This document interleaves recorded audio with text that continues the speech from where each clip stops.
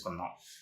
మనం ఇంటర్మీడియట్ మొదటి సంవత్సరంలో భాగంగా గత క్లాస్లో ఉదాసీనత వక్రరేఖలు అంటే ఏంటి, ఆ యొక్క పట్టిక, పటము మరియు ఆ యొక్క ప్రతిస్థాపన రూపాంతరం మొదలగు అంశాల గురించి చర్చించడం జరిగింది. సో ఈ రోజు క్లాస్లో మనం ఉదాసీనత వక్రరేఖ లక్షణాల గురించి మనం ప్రధానంగా తెలుసుకుందాం.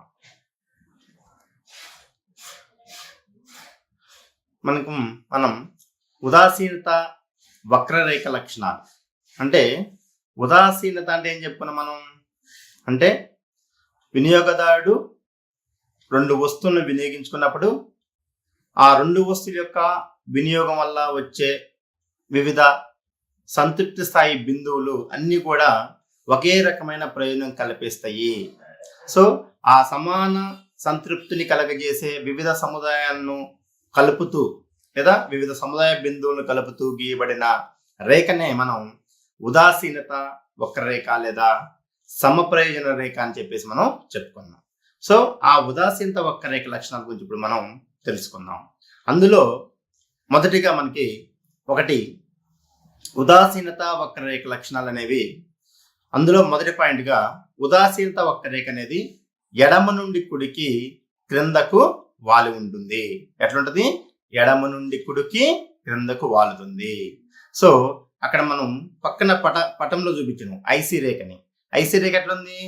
రెడ్ లైన్ తో గీసిన రేఖ ఉంది ఒకటి. అది ఎట్లుంది? ఎడమ నుండి అంటే మనం బోర్డుకి ఎదురుగా ఉన్నప్పుడు పటానికి మన చెయ్యి లెఫ్ట్ హ్యాండ్ నుంచి రైట్ హ్యాండ్ వరకు అంటే ఎడమ నుండి కుడికి క్రిందకు వాలుతూ కనిపిస్తుంది అనమాట. అంటే ఉదాసీనత వక్రరేఖ రుణాత్మకమైన వాళ్ళు కలిగి ఉంటుంది. ఏ వాళ్ళు కలిగి ఉంటుంది? రుణాత్మకమైన వాళ్ళు. అంటే రుణాత్మకమైన వాళ్ళు అంటే ఏంటి అక్కడ అర్థం? ఇక్కడ అంటే ఒక వస్తు పరిమాణాన్ని మనం పెంచుకుంటూ పోతే మరొక వస్తు పరిమాణం అనేది తగ్గటము. ఒక వస్తు పరిమాణం పెంచుకుంటూ పోతే మరొక వస్తు పరిమాణం అయితే తగ్గుతుంది. దాన్ని మనం రుణాత్మక వాలు అంటాను. అదేవిధంగా ధనాత్మక అంటే ఏంది? పెరగటం. సో కాబట్టి ఇక్కడ ఉదాసీనత వక్రరేఖ అనేది రుణాత్మకమైన వాళ్ళను కలిగి ఉంటుంది. అంటే సముదాయంలోని ఒక వస్తు పరిమాణాన్ని పెంచితే మరొక వస్తు పరిమాణం తగ్గుతుంది. మనం చెప్పుకున్నాం గత క్లాసులో, మనం ఎక్స్ అనే వస్తువును వై అనే వస్తువు తీసుకున్నాం. ఎక్స్ వస్తువు అంటే మనం చెప్పుకున్నాం అక్కడ మామిడి పండ్లు అని, వై వస్తువు అంటే కమలా పండ్లు అనుకున్నాం. వినియోగదారుడు ఏమనుకుంటున్నాం? జనరల్ గా ఎక్స్ వస్తువుని అధికంగా తీసుకోవడం కోసం వై వస్తువుని తగ్గించుకోవడం జరుగుతుంది. వై వస్తువు పరిమాణాన్ని తగ్గించుకోవడం జరుగుతుంది, వినియోగాన్ని.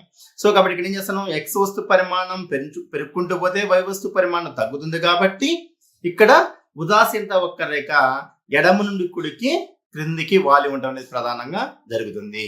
అయితే ఇక్కడ ఎడమ నుండి కుడికి వాలుతున్నప్పటికీ ఈ రేఖ మీద ఉన్న బిందువు కూడా అంటే ఈ రేఖ మీద ఉన్న ప్రతి బిందువు కూడా ఒకే విధమైన సంతృప్తి స్థాయిని ఇవ్వటం అనేది ప్రధానమైన అంశము. కాబట్టి ఇక్కడ ఏంటి? ఐసీ రేఖ ఉంది. ఇప్పుడు ఫర్ ఎగ్జాంపుల్ ఐసీ రేఖలో మనకి ఏ అనే సముదాయం ఉంది, బి అనే సముదాయము, సి అనే సముదాయము, డి అనే సముదాయము, ఈ అనే సముదాయము. అంటే ఈ సముదాయాన్ని కలుపుతూ ఇచ్చిన రేఖని ఐసీ రేఖ అంటున్నాం. ఇది ఎడమ నుండి కుడికి క్రిందకి వాలుతుంది. సో ఈ బిందువులన్నీ కూడా అంటే ఏ అంత అయితే సంతృప్తి స్థాయి ఇస్తుందో బి అని కూడా అదే సంతృప్తిస్తుంది. అదేవిధంగా సి కూడా అదే సంతృప్తిస్తుంది. అంటే ఆ సముదాయం పట్ల ఎక్కడైనా ఉదాసీనంగా ఉంటాడు కాబట్టి దాన్ని మనం ఉదాసీనత వక్రరేఖ అంటున్నాం అనమాట. సో కాబట్టి దీని యొక్క మొదటి లక్షణం ఏంటంటే, ఉదాసీనత వక్రరేఖ అనేది ఎడమ నుండి కుడికి క్రిందికి వాలుతూ రుణాత్మకమైన వాలుని కలిగి ఉంటుంది. ఇది ప్రధానమైన అంశము.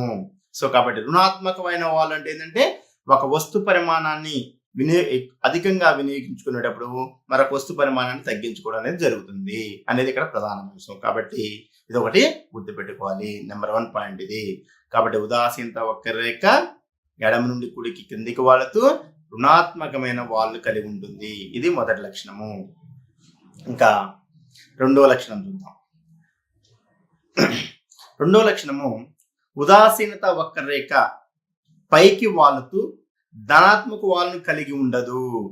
అలాగే క్షితిజంగా గాని లేదా ఊర్ధ్వంగా గాని కూడా ఉండదు. ఏంటంటున్నాం మనం? ఉదాసీనత వక్రరేఖని ఎప్పుడు ఎట్లా వాళ్ళు ఉంటుంది అనుకున్నాం మనం? రుణాత్మక వాళ్ళే ఉంటుంది, ధనాత్మక వాళ్ళు కలిగి ఉండదు. అదే విధంగా క్షితిజంగా ఉండదు మరియు ఊర్ధ్వంగా కూడా ఉండదు. ఎందుకు ఉండదు అనేది మనం గుర్తుపెట్టుకోవాలి ఇక్కడ. సో కాబట్టి ఫస్ట్ పటం ఏ చూద్దామా. పటం ఏలో ఎక్స్ వస్తువు మీద ఎక్స్ అక్షం మీద ఎక్స్ వస్తువు తీసుకున్నాం, y అక్షం మీద y వస్తువు పరిమాణం తీసుకున్నాం మనం అక్కడ. సో అలా చూసినప్పుడు పటం ఏలో ఏముంది, ఉదాసీనత వక్రరేఖ ధనాత్మక వాలు చూపిస్తుంది. అక్కడ చూడండి, ఆరో మార్క్ ఇచ్చాను మనం. మూల బిందువు నుంచి పైకి వెళుతుంది రేఖ, అంటే ఎడమ నుండి కుడికి పైకి వెళుతుంది. ఎట్లా ఉండాలి జనరల్ గా, ఎడమ నుండి కుడికి క్రిందకి వాళ్ళు ఉండాలి ఉదాసీనత వక్రరేఖ. కానీ ఇక్కడ ఎట్లుంది, ఎడమ నుండి కుడికి పైకి, ఆరో మార్కు చూపించను. అట్లా ఉండడానికి వీలుండదు అని చెప్తున్నాం మనం. ఎందుకు వీలుండదు, ఎడమ నుండి కుడికి పైకి వెళ్ళడానికి ఎందుకు వీలుండదు అంటే చూడండి, పటం ఏ గమనించండి. పటం ఏలో మరి రేఖ అనేది ధనాత్మక వాలు ఉంది, అంటే ఎడమ నుండి కుడికి పైకి వాడుతుంది.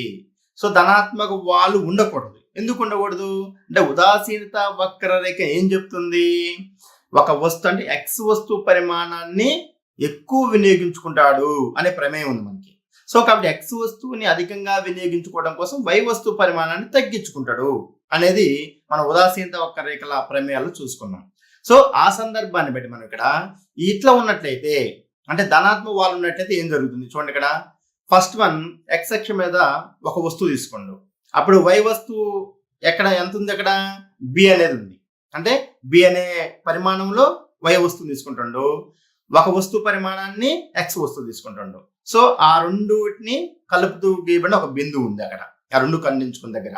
సో కాబట్టి ఇప్పుడు ఏం చేసిండు, ఎక్స్ వస్తువు పరిమాణాన్ని పటమే గమనించండి, ఎక్స్ వస్తువు 1 నుండి 2కి పెంచండు, అంటే ఒక వస్తువు నుంచి రెండో వస్తువు వినియోగాన్ని పెంచిండు. మరి ఎక్స్ వస్తువుని పెంచుకున్నప్పుడు వై వస్తువు పరిమాణం ఏం చేయాలి, తగ్గాలి. కానీ ఇక్కడ ఏమైంది, వై వస్తువు పరిమాణం బి నుంచి ఏకి పెరిగింది, బి నుంచి ఏకి పెరిగింది.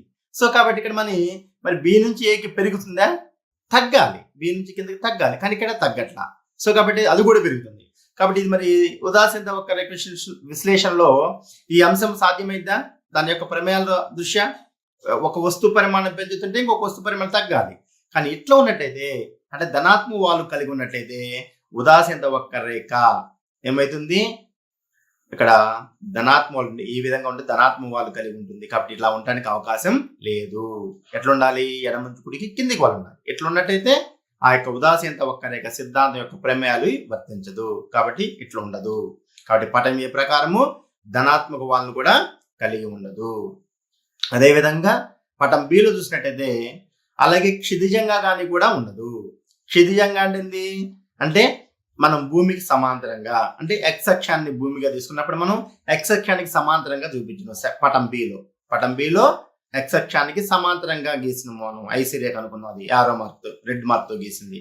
సో ఇట్లా కూడా ఎందుకు ఉండకూడదు అంటే ఇక్కడ కూడా చూడండి, ఒక వస్తువు పరిమాణం పెంచుకుంటూ పోతే వై వస్తువు పరిమాణం తగ్గాలి.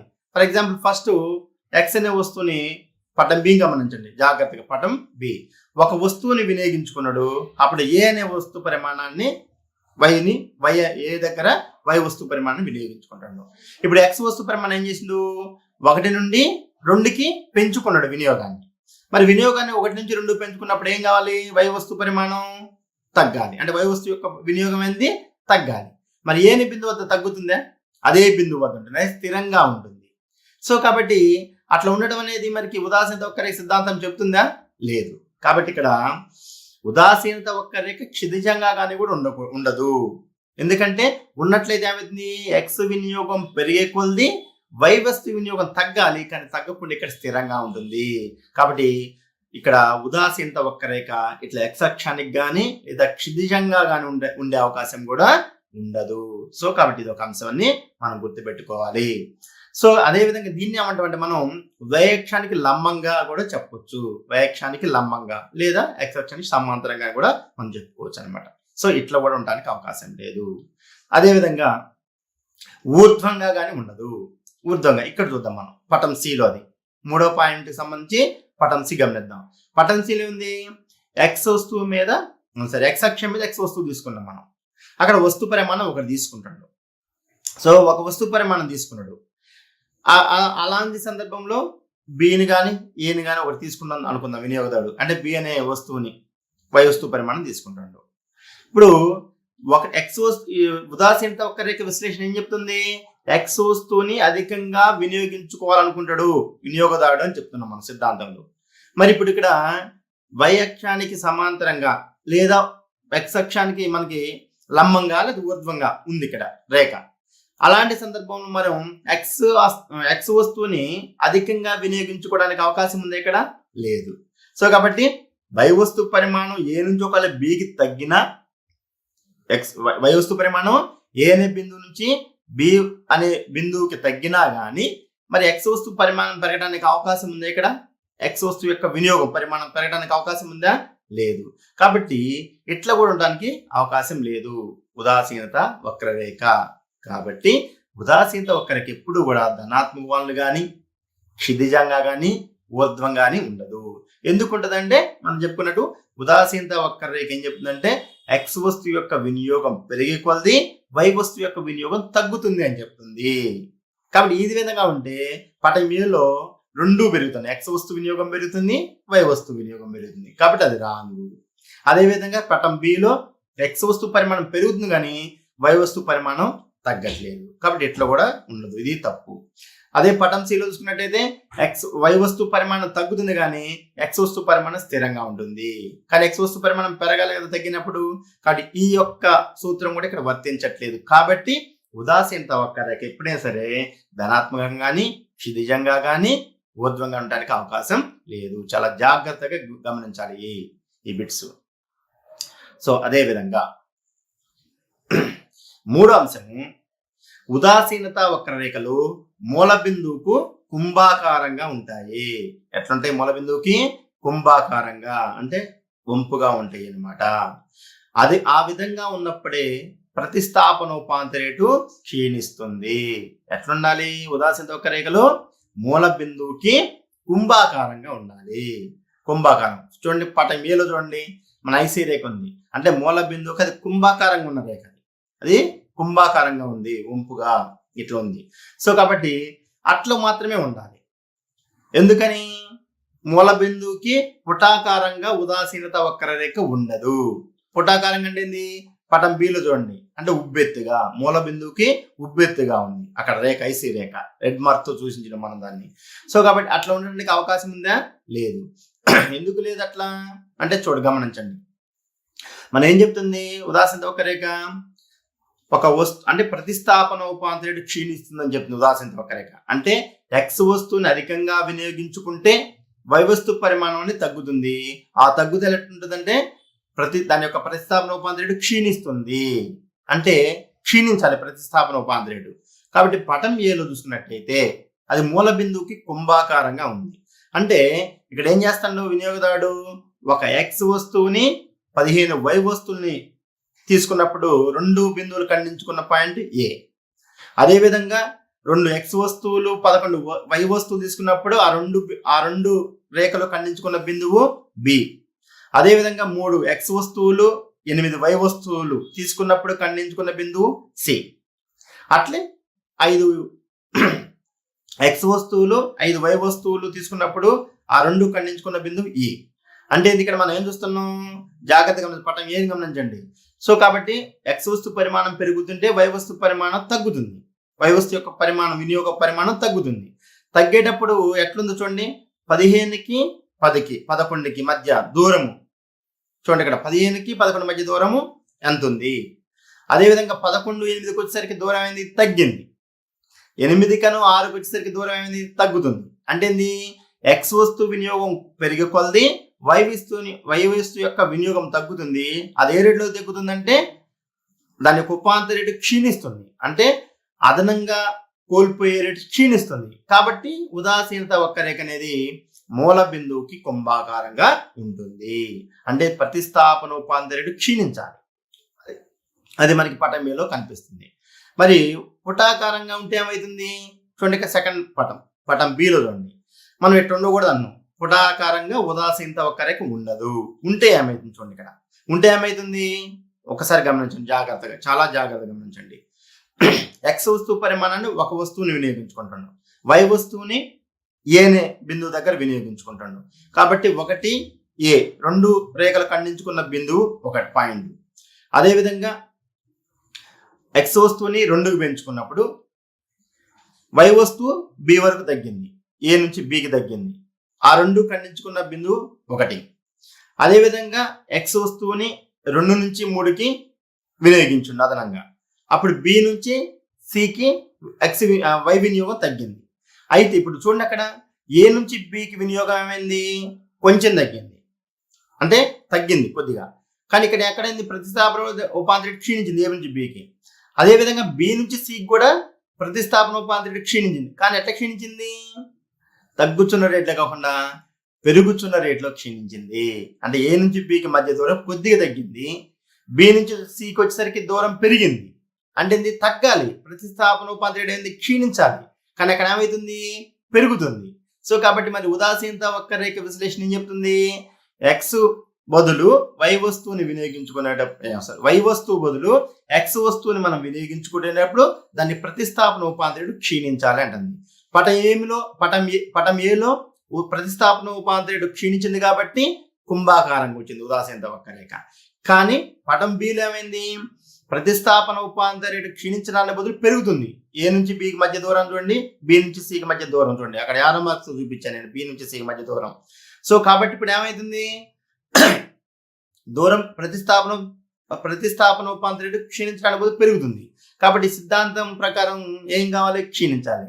సో కాబట్టి అట్లా పెరగటం వల్ల ఈ రేఖ ఎట్లొచ్చింది, పుటాకారంగా ఉంది, మూల బిందువుకి ఎట్లుంది, పుటాకారంగా ఉంది. కాబట్టి ఉదాసీనత వక్రరేఖలు ఎప్పుడు కూడా మూల బిందువుకి కుంభాకారంగా ఉంటాయి. అదే పుటాకారంగా ఉన్నట్లయితే ఏమైందంటే ప్రతిస్థాపన ఉపాంతరేటు క్షీణించడానికి బదులు పెరుగుతుంది. కాబట్టి ఇట్లా ఉండడానికి అవకాశం లేదు ఈ సిద్ధాంతం ప్రకారము. కాబట్టి ఉదాసీనత వక్రరేఖలు మూల బిందువుకి కుంభాకారంగానే ఉంటాయి. ఇది ఒక అంశము, 3వ అంశము. ఇంకా 4వ అంశం చూద్దాం. 4వ లక్షణం. 4వ లక్షణం చూస్తే ఇది చాలా జాగ్రత్తగా గమనించింది. ఇది కూడా ఉదాసీనత వక్రరేఖలు పరస్పరం ఖండించుకోవు. ఏంటి, ఉదాసీనత వక్రరేఖలు పరస్పరం ఖండించుకోవు. ఒకవేళ 2 ఉదాసీనత వక్రరేఖలు ఖండించుకుంటే ఒక ఉదాసీనత వక్రరేఖ 2 స్థాయిల సంతృప్తిని చూపిస్తుంది. ఇది సరికాదు, ఇది సరికాదు. ఏంటంట, ఉదాసీనత వక్రరేఖల యొక్క మరొక లక్షణం ఏంటంటే ఈ రేఖలు ఎప్పుడు కూడా పరస్పరం ఖండించుకోవు. ఎందుకు ఖండించుకోవు అంటే చూడండి, ఎగ్జాంపుల్ మనం పటం చూద్దాం. ఇక్కడ పటంలో IC1 అనేది ఉదాసీనత వక్రరేఖ ఒకటి ఉంది, అదేవిధంగా IC2 ఉదాసీనత వక్రరేఖ ఒకటి ఉంది. జనరల్గా మనం ప్రతి ఉదాసీనత వక్రరేఖ కూడా, అంటే ఏర్పడిన ఉదాసీనత వక్రరేఖ సమాన సంతృప్తి స్థాయిలను కలుగు చేస్తే బిందువుల కలయికే ఉదాసీనత వక్రరేఖ. ఏంటి, సమాన సంతృప్తి స్థాయి బిందువులను కలుపుతూ వచ్చిన రేఖని మనం ఉదాసీనత వక్రరేఖ అంటాం. అంటే IC1 అనేది ఒక ఉదాసీనత వక్రరేఖ, IC2 అనేది ఒక ఉదాసీనత వక్రరేఖ. IC1 మీద ఉన్న బిందువులన్నీ కూడా ఒకే రకమైన సంతృప్తినివ్వాలి. అదేవిధంగా IC2 IC2 రేఖ మీద ఉన్న బిందువులన్నీ కూడా ఒకే రకమైన సంతృప్తినివ్వాలి. మన IC1 ఏమో బ్లూ కలర్ లైన్ తో చూపించాము, IC2 రేఖనేమో రెడ్ కలర్ తో చూపించాము, ఎర్ర రంగుతో చూపించడం జరిగింది అక్కడ. సో ఇప్పుడు మనకి మరి ఇక్కడ చూడండి, ఇక్కడ మనం 2 ఖండించుకున్న దగ్గర ఏ అనే బిందువుని పెట్టడం జరిగింది. మనం ఏ అనే బిందువుని సూచించాము అక్కడ. అదేవిధంగా IC2 రేఖ మీద ఒక బిందువు తీసుకున్నాం, దానికి B అనే అక్షరాన్ని సూచించాము. IC1 రేఖ మీద ఏమో మనం C అనే బిందువును సూచించడం జరుగుతుంది అక్కడ. ఫర్ ఎగ్జాంపుల్ ఇప్పుడు మనం చూడండి, ఇక్కడ ఈ ఎందుకు ఖండించుకుంటే ఏమైతుంది అంటే ఏం చేస్తున్నాం, ఒకవేళ ఈ 2 ఖండించుకుంటే 2 కూడా వేరు సంతృప్తి స్థాయిని తెలియజేస్తాయి. అంటే ఒకే రేఖ మీద ఉన్న 2 బిందువులు వేరు సంతృప్తి స్థాయిని తెలియజేస్తాయి. అది మన యొక్క ఉదాసీనత వక్రరేఖ విశ్లేషణ ప్రకారము తప్పు. కాబట్టి ఇక్కడ చూడండి ఒకసారి ఎగ్జాంపుల్, ఇక్కడ చూడండి ఒక ఎగ్జాంపుల్ ఇచ్చిన మనం, దానికి మీకు అర్థం కావడం కోసం. ఏంటి, ఇక్కడ IC2 రేఖ మీద ఉన్న బిందువులు A మరియు B. జాగ్రత్తగానండి, చాలా కన్ఫ్యూజ్గా ఉంటుంది. IC2 రేఖ మీద ఉన్న బిందువులు ఏమున్నాయి, A అనే బిందువు ఉంది, B అనే బిందువు, అంటే 2 ఖండించుకున్న బిందువు అయ్యి 2 ఒకే. IC1 రేఖ IC2 రేఖ 2 సమానంగా ఉన్నాయి ఎక్కడ, A వద్ద, ఎందుకంటే ఖండించుకున్నాయి కాబట్టి. IC2 రేఖ మీద A మరియు B బిందువులు ఉన్నాయి. అంటే A ఎంత అయితే సంతృప్తిస్తుందో B కూడా అదే సంతృప్తిస్తుంది మనకి, అవునా కదా? ఎందుకని IC2 రేఖ మీద ఉన్న ప్రతి బిందువు కూడా సమాన సంతృప్తిస్తుంది మన ఉదాసీనత వక్రరేఖ సిద్ధాంతం ప్రకారం. కాబట్టి ఇక్కడ IC2 రేఖ మీద ఉన్న ఏ ఎంత అయితే, అంటే ఏ 20 యూనిట్లో ఒక ఎగ్జాంపుల్ మీ అర్థం కావడం కోసం ఏ అనే బిందువు 20 యూటిల్స్ ప్రయాణిస్తే బి అనే బిందువు కూడా 20 యూటిల్స్ ప్రయాణిస్తుంది. కాబట్టి ఏ ఈక్వల్ టు బిఏ కదా, అక్కడ సూచించండి ఏ మరియు A equal to B. A equal to B అంటే అది ఎంత ఇస్తే 20. అదే విధంగా రెండో అంశం IC1 రేఖను గమనించండి. ఈ IC1 రేఖ కూడా ఏంటి, అక్కడ ఏ బిందువు ఒకటి ఇచ్చింది, సి బిందువు అంటే ఈ రెండు ఖండించుకున్నాయి కాబట్టి అక్కడ ఆ రెండు రేఖలకి ఏ వర్తిస్తుంది కాబట్టి ఏ బిందువు మరియు సి బిందువు కూడా సమాన సంతృప్తిస్తాయి. అంటే IC1 రేఖ మీద ఉన్న సి బిందువు ఎంతైతే సంతృప్తిస్తుందో అదేవిధంగా ఏ బిందువు కూడా అదే సంతృప్తిస్తుంది. కాబట్టి ఇప్పుడు ఏ ఈక్వల్ టు సి అవుతుందా లేదా, కాబట్టి IC2 ప్రకారం ఏమో ఏ ఈక్వల్ టు బి అవుతుంది, అదేవిధంగా IC1 ప్రకారం కూడా ఏ ఈక్వల్ టు సి అవుతుంది. కాబట్టి ఏ ఈక్వల్ టు బి మరియు ఏ ఈక్వల్ టు సి అయినప్పుడు మరి ఏ బికి సమానమైంది, ఏ సికి సమానమైంది, అంటే ఏ ఎంత ఉందో బి అంతే, అదేవిధంగా ఏ ఎంత ఉందో సి అంతే అయినప్పుడు మరి బి ఈక్వల్ టు సి కావాలి కదా, అంటే ఏ ఎంత అయితే ఇస్తుందో బి అదే వేస్తుంది, అదేవిధంగా ఏ ఎంత అయితే సంతృప్తిస్తుందో సి బిందువు కూడా అదే సంతృప్తిస్తుంది. అలాంటప్పుడు మరి బి ఎంత అయితే సంతృప్తిస్తుందో సి కూడా అదే విధమైన సంతృప్తి ఇవ్వాలి వినియోగదారుడికి.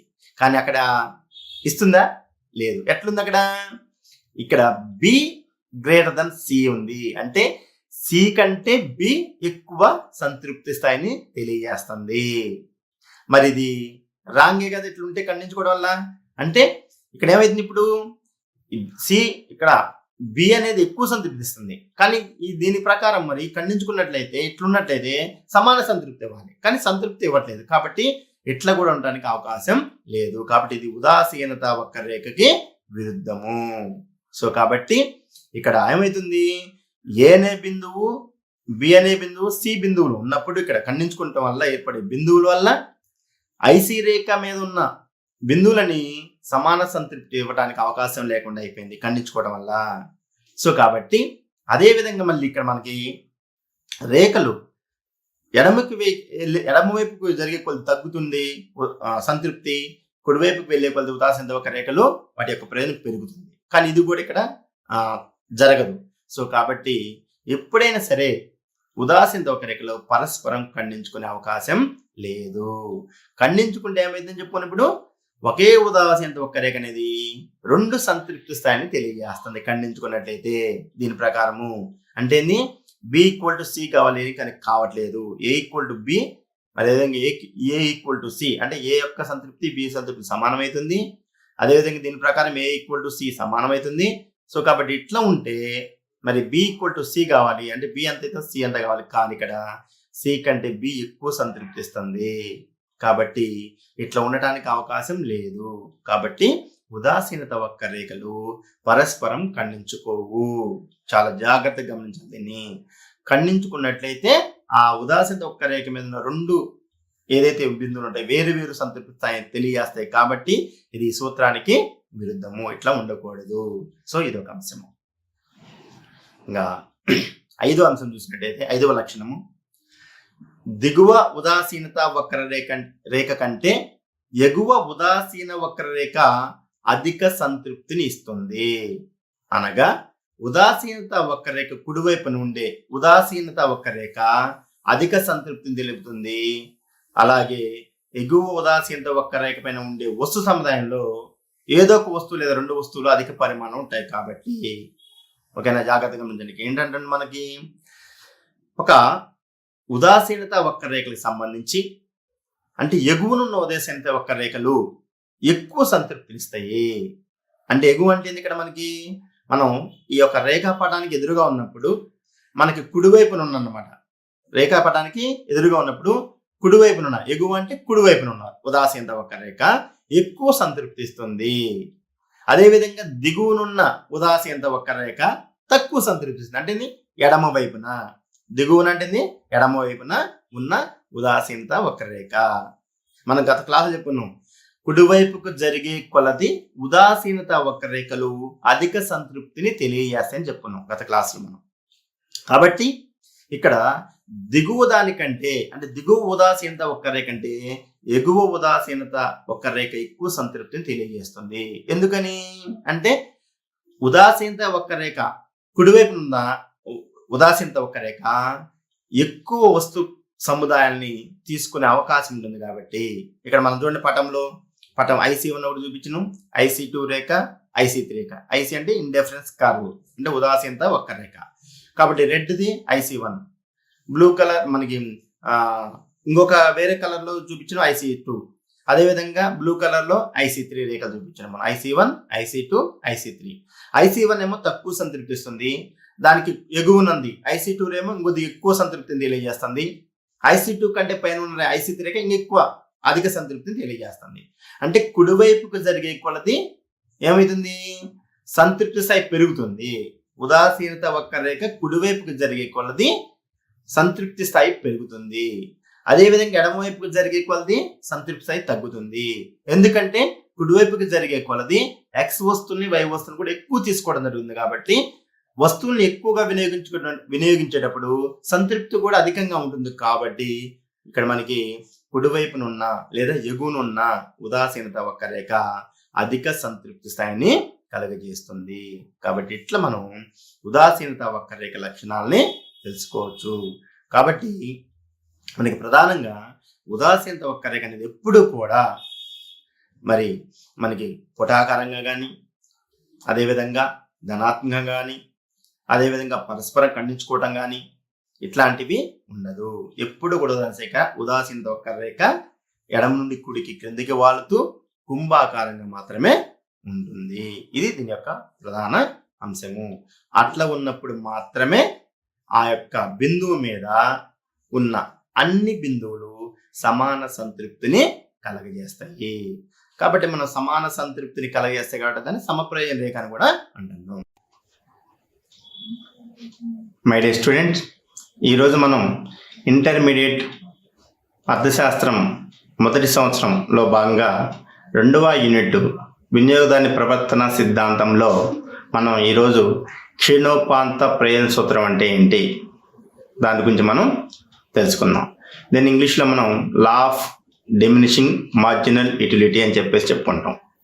దీనికంటే ముందుగా ఫస్ట్ లెసన్గా మనం ప్రయోజన రకాలు తెలుసుకున్నాం. అంటే కార్డినల్ ప్రయోజనం అంటే ఏంటి, ఆర్డినల్ ప్రయోజనం అంటే ఏంటి, మొత్తం ప్రయోజనం అంటే ఏంటి, ఉపాంత ప్రయోజనం అంటే ఏంటో మనం తెలుసుకున్నాం.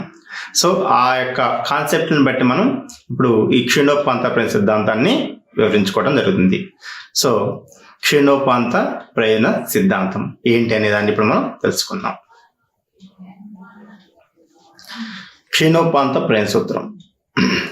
ఇక్కడ మనకి క్షీణోపాంత ప్రయోజనము ఏంటి, క్షీణోపాంత, క్షీణ ప్లస్ ఉపాంత. ఏంటి క్షీణోపాంత అంటే క్షీణ ప్లస్ ఉపాంత అని కనిపిస్తుంది మనకి.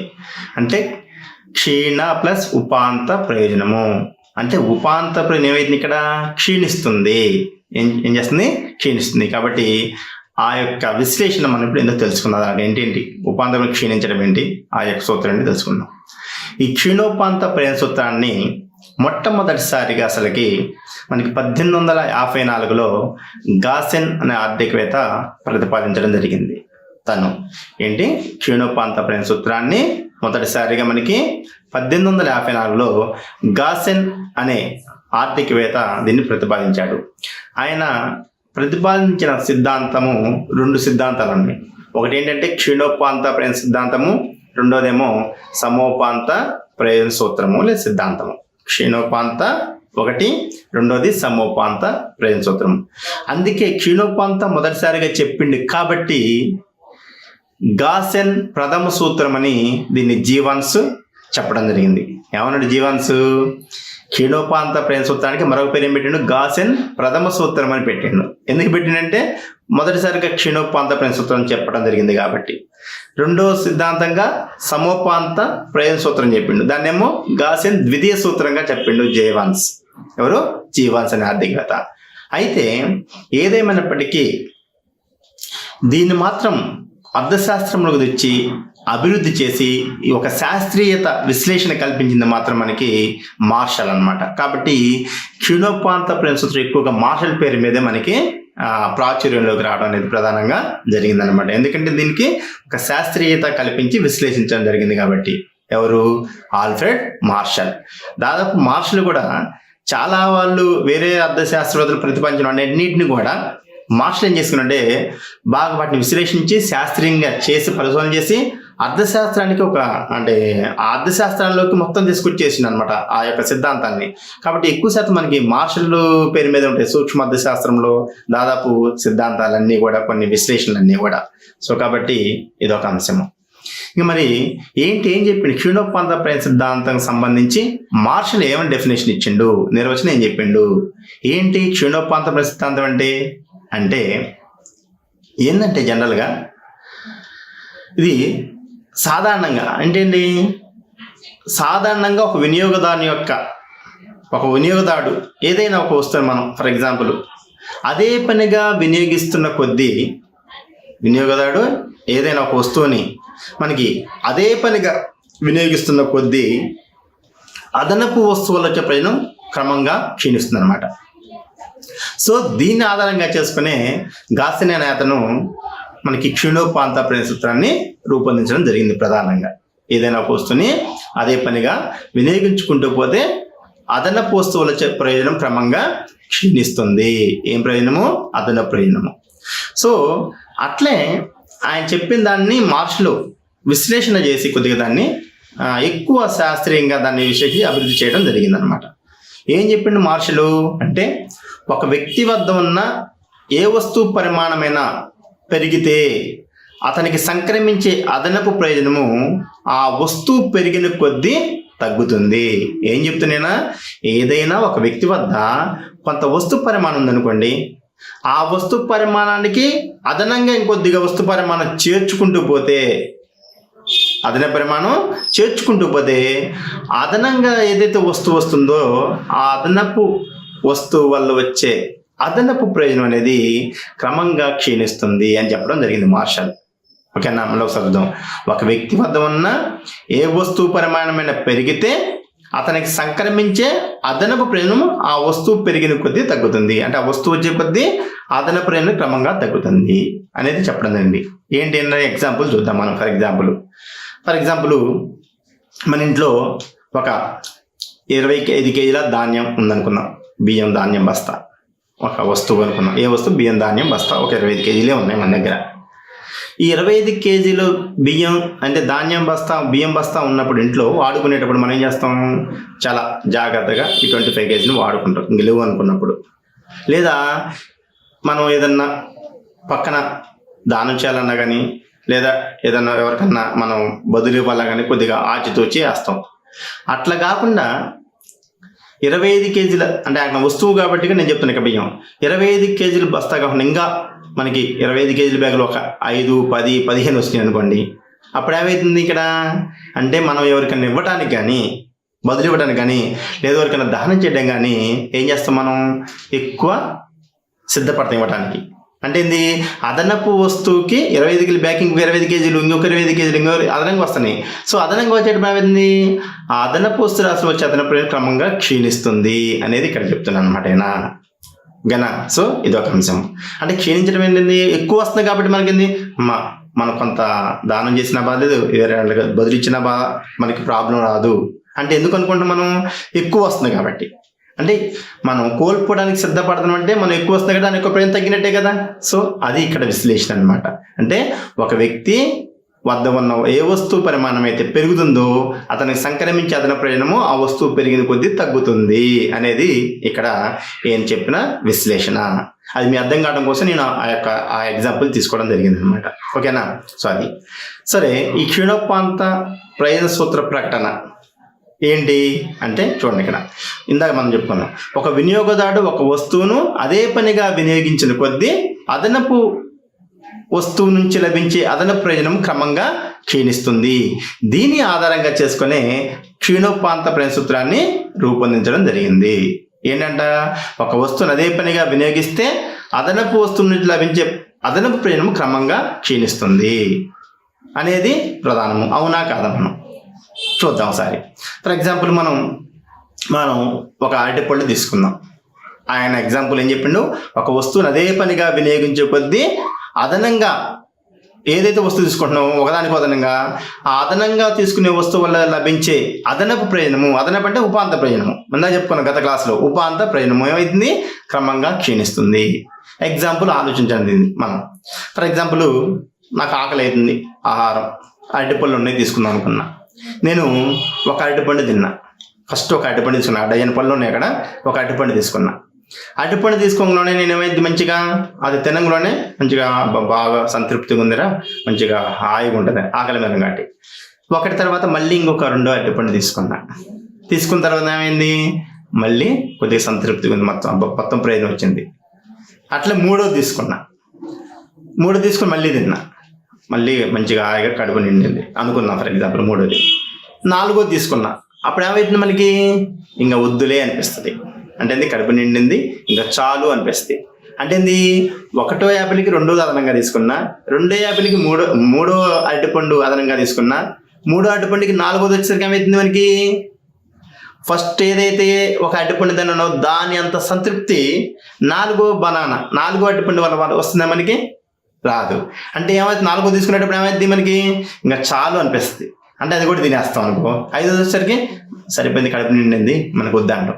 అంటే ఎందుకు వద్దంటున్నాం, దాన్ని అదనపు వస్తువుని, దాని నుంచి ప్రయోజనం లేనప్పుడు వద్దంటాం మనం. ఏ వస్తువుని ఎందుకు వద్దంటాం మనం, దానివల్ల మనకి ప్రయోజనం లేదు కాబట్టి వద్దంటాం. అంటే నేనేం చేసా, అదే పనిగా వినియోగించుకున్నా. 1వ అరటిపండు తిన్నా, 2వ అరటిపండు తిన్నా, 3వ అరటిపండు తిన్నా. కానీ 4వ దానికి వచ్చేసరికి కడుపు నిండింది కాబట్టి వద్దా, దానివల్ల నాకు ప్రయోజనం రాదు. ఇంకా కడుపు దాదాపు సాటిస్ఫాక్షన్ ఉన్నా, సంతృప్తిగా ఉన్నా కాబట్టి. కాబట్టి 4వది అంటే వద్దులే అంటాం. అయినా కానీ బలవంతం తీసుకుంటే మనకి ఎలాంటి ప్రయోజనం అనిపించదు. అంటే ఏమైతుంది, వద్దన్న 5వ యాపిల్ 5వ బనానా ఇచ్చింది అనుకోండి, 5వ అరటిపండు ఇచ్చింది అనుకోండి, చాలంటాం. అంటే వద్దంటాం మనం. అంటే వద్దు అంటే అర్థం ఏంటి, దాని ప్రయోజనం క్షీణించింది. అంటే దాని ప్రయోజనం లేకపోబట్టే కదా మనం వద్దనేది. కాబట్టి ఏదైనా ఒక వస్తువును మనం అదే పనిగా వినియోగించుకుంటే, తింటా ఉంటే అదే పనిగా అదనపు వస్తువుల లభించే ప్రయోజనము, అదనపు ప్రయోజనం క్రమంగా క్షీణిస్తుంది. ఇంకొక అరటిపండు ఇస్తామంటాం, మనం వద్దంటాం. వద్దంటాం ఏంటింది, దాని యొక్క ప్రయోజనం లేకపోబట్టే కదా. మళ్ళీ ఒకళ్ళు తిన్నాం అనుకో, ఇంకోటి ఇచ్చిన 7వది ఏమంటావు, చాలు కడిపి వద్దని చెప్తాం. అంటే దాని ప్రయోజనం క్షీణించింది కాబట్టి అదనపు వస్తువుల్లో దాన్ని వద్దంటాను మనం. అంటే మనకి నిత్య జీవితంలో జనరల్గా కనిపిస్తుంది మనకి ఇది. కాబట్టి నిత్య జీవితంలో జరిగే సంఘటనల ఆధారంగానే ఒక వినియోగదారుడు నిత్య జీవితంలో ఏదైతే సంఘటనలు తీసుకుంటున్నామో ఆ సంఘటనల ఆధారంగానే, ఆ వినియోగం ఆధారంగానే ఈ యొక్క క్షీణోపాంత సిద్ధాంతాన్ని రూపొందించడం ప్రధానంగా జరిగింది. అంటే అదనపు వస్తువులు వచ్చి అదనపు క్రమంగా క్షీణిస్తుంది అదే పనిగా వినియోగించే కొద్దీ. అవునా కాదా? మరి మనం ఎగ్జాంపుల్ అరటిపళ్ళు తీసుకున్నాం, అదే పనిగా తింటా ఉంటే 5-6 దినాల తర్వాత వద్దులే అంటాం నెక్స్ట్ బండికి. అంటే క్షీణించింది కాబట్టి వద్దంటాం అనమాట. సో ఇది బాగా గుర్తుపెట్టుకోవాలి మనం, ఇది ముఖ్యమైన అంశము. సో ఇది అర్థమైతే మనకి సిద్ధాంతం అర్థమైనట్టు దాదాపుగా. అదే కాబట్టి ఇక్కడ ఈ సిద్ధాంతాన్ని బట్టి మనకి ఏం తెలుస్తుంది, వినియోగించిన వస్తు పరిమాణానికి అదనపు యూనిట్ వచ్చే ప్రయోజనానికి మధ్య ఉన్న సంబంధాన్ని తెలియజేస్తుంది. అంటే మనం వస్తు పరిమాణం తీసుకుంటున్నాం, ఆ వస్తువు అదనంగా ఎంత ప్రయోజనం ఇస్తుంది అంటే మనం వస్తువు వినియోగానికి ఉపాంత ప్రయోజనం మధ్య సంబంధాన్ని తెలియజేస్తుంది. ఎన్ని వస్తువులు తీసుకున్నా దాని పరిమాణం అంతా, దానివల్ల వచ్చే అదనపు ప్రయోజనం అంతా, ఈ రెండింటి మధ్య సంబంధాన్ని తెలియజేసే సిద్ధాంతమే క్షీణోపాంత ప్రయోజన సిద్ధాంతము. ఇందా మనం ఫస్ట్లో చెప్పుకున్నాం, క్షీణోపాంత ప్రయోజన సిద్ధాంతము, క్షీణ ప్లస్ ఉపాంత ప్రయోజనము. అంటే ఉపాంత ప్రయోజనం క్షీణిస్తుంది క్రమంగా. దీన్నే దీన్ని ఇంకో సిద్ధాంతం క్రమక్షీణోపాంత ప్రయోజన సూత్రం కూడా అంటాం మనం. క్రమక్షీణోపాంత అంటే ఉపాంత ప్రయోజనం క్రమంగా క్షీణిస్తుంది. కాబట్టి ఇప్పుడు చెప్పిన ఎగ్జాంపుల్ మనకి ఉపాంత ప్రయోజనం అంటే అదనపు ప్రయోజనం క్రమంగా క్షీణిస్తుంది కాబట్టి దీన్ని మనం క్షీణోపాంత ప్రయోజన సూత్రం నుంచి కూడా చెప్పుకోవడం జరుగుతుంది. అయితే ఇది కొన్ని ప్రమేయాల మీద ఆధారపడింది ఈ సిద్ధాంతము. ఆ ప్రమేయాలు ఏందో చూద్దాం మనం. ఏంటి ప్రమేయాలు? ఈ ప్రమేయాలు అనేవి మనకి చాలా ఇంపార్టెంట్ ఒక సిద్ధాంతాన్ని రూపొందించడంలో. ఈ అజంప్షన్స్ అంటాం, ఇంగ్లీష్లో వాటిని అజంప్షన్స్ అంటాం. ఈ అజంప్షన్స్ని బట్టి సిద్ధాంతాలు రూపొందించబడతాయి. తర్వాత ఈ ప్రమేయాలను మనం పక్కన పెడతాం. అంటే ఏదైనా సరే మనం ఒక కొత్త బిల్డింగ్ని ఏర్పాటు చేసిన తర్వాత దానికి గోడలు నిర్మించిన తర్వాత మనం పైన స్లాబ్ వేయాలనుకోండి ఆ బిల్డింగ్కి. ఆ స్లాబ్ వేసేటప్పుడు ఏం చేస్తాం మనం, ఆ ఓన్లీ సువ్వులై పరిసి డైరెక్ట్గా మనం కంకర సిమెంటు ఇసుక కలిపిన దాన్ని మాల వేసేస్తామా? వేసి ఆగిద్దా? ఆగదు, మొత్తం కిందకి సరిపోద్ది.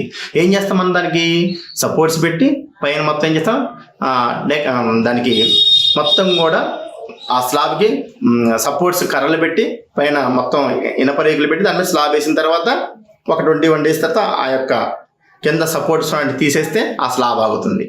అట్లే సిద్ధాంతాన్ని కూడా అంటే ఈ యొక్క ఏదైతే సిద్ధాంతాలు ఉన్నాయో ఆ సిద్ధాంతాలు రూపొందించిన ప్రమేయాలు అనేవి ఆ బిల్డింగ్ స్లాబ్కి ఎట్లయితే సపోర్ట్గా ఉంటాయి కొన్ని రోజులు, అట్లే ఈ యొక్క ప్రమేయాలు కూడా సపోర్ట్గా ఉంటాయి అనమాట.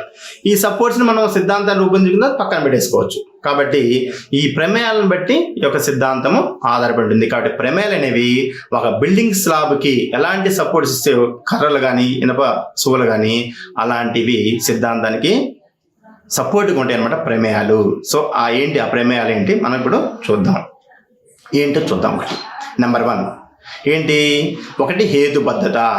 ఒకటో ప్రమేయం అంటే చాలా ఇంపార్టెంట్ అనమాట. ఈ ప్రమేయాలన్నీ తెలుసుకుంటే మీకు ఆ సిద్ధాంతం పర్ఫెక్ట్గా వచ్చేస్తుంది. ఏంటి నెంబర్ 1 ప్రమేయము? ఒకటి హేతుబద్ధత. ఏంటి హేతుబద్ధత? వినియోగదారుడు హేతుబద్ధంగా ప్రవర్తిస్తాడు. ఏం చేస్తాడు వినియోగదారుడు? హేతుబద్ధంగా ప్రవర్తిస్తాడు. ఏంటి హేతుబద్ధంగా అంటే ఏంటి అంటే ఒక వ్యక్తి తన సంతృప్తిని గరిష్టం చేసుకోవాలనే ప్రయత్నం చేస్తాడు. అంటే ఏంటి? ఎలాంటి వినియోగదాన్ని తీసుకుంటాం మనం? ఒక హేతుబద్ధమైన వినియోగదాన్ని తీసుకుంటాం. అంటే అతను ఏం చేస్తాడు? ఏదో రెండు ఫ్రూట్స్ తిను, 2 వస్తువులు తీసుకుని కోరిక సంతృప్తి పరచుకోడు. ఉన్నా లేకపోయినా అంటే పూర్తి స్థాయిలో సంతృప్తి పొందాలి, నాకు పూర్తి కోరిక తీరాలనే ఆలోచన కలిగిన వ్యక్తిని మనం తీసుకోవడం జరుగుతుంది. దాన్ని హేతుబద్ధత అంటాం.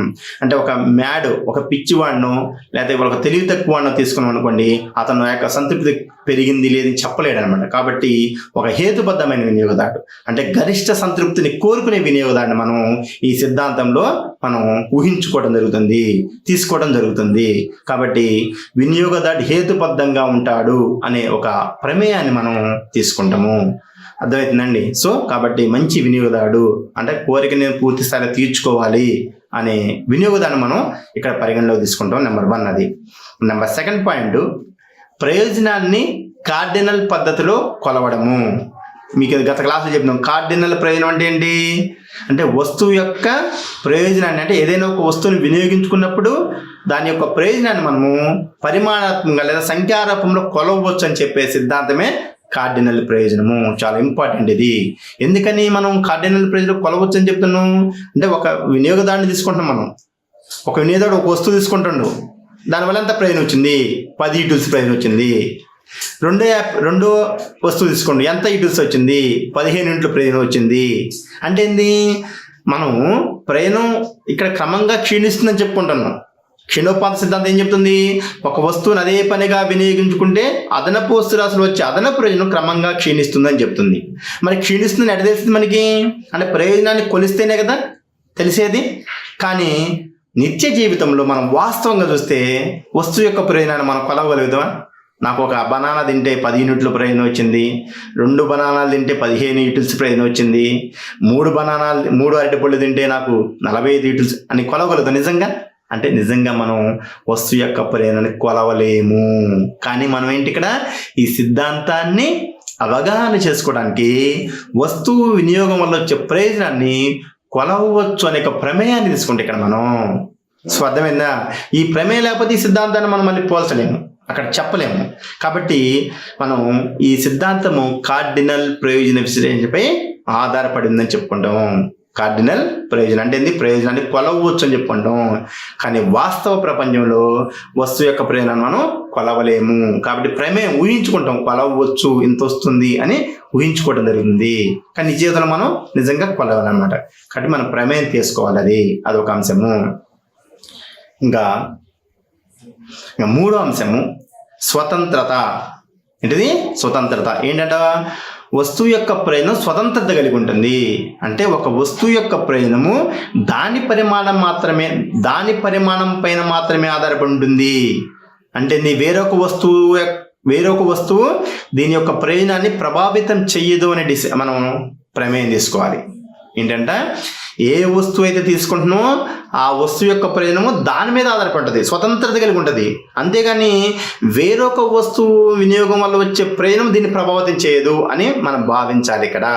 ఎందుకని అంటే అదే వస్తువుని అదే పనిగా తీసుకుంటున్నాం. అంటే ఒక వస్తువును మనం అదే పనిగా వినియోగించుకుంటే అదనపు వస్తు రాశి వల్ల వచ్చే అదనపు ప్రయోజనం క్రమంగా క్షీణిస్తుంది. అంటే ఒక వస్తువుని అదే పనిగా, కానీ 2వ వస్తువు తీసుకోవట్లేదు, కానీ ఒక వస్తువుని తీసుకుంటున్నాం. కాబట్టి ఏదైతే మనం వస్తువు తీసుకుంటామో ఆ వస్తువు దానివల్లే ప్రయోజనం కల్పిస్తుంది కానీ ఇంకా వేరే వస్తువుల ప్రయోజనం కల్పిస్తుందని మనం భావించకూడదు. అలాంటి అంశాలు తీసుకోకూడదు. కానీ వాస్తవంగా మనం ప్రయోజనం అనేది కొన్ని వస్తువులు స్వతంత్రత ఉండదు. ఫర్ ఎగ్జాంపుల్, మనం ఇడ్లీ తిందాం అనుకున్న టిఫిన్, ఇడ్లీ తింటే ఓన్లీ ఇడ్లీ తింటే మనకి దాని ప్రయోజనం అనిపిస్తుందా?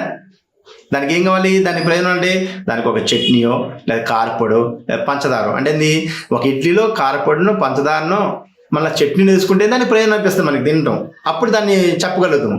అంతేగాని కేవలం ఒక ఇడ్లీకి ఏమి దానికి సంబంధించి వాడకుండా దానివల్ల ప్రయోజనం అనిపిస్తుందా? మనకి అనిపించదు. అంటే జనరల్గా కొన్ని రకాల వస్తువులు ఏముంటాయి, స్వతంత్రత కలిగి ఉండవు.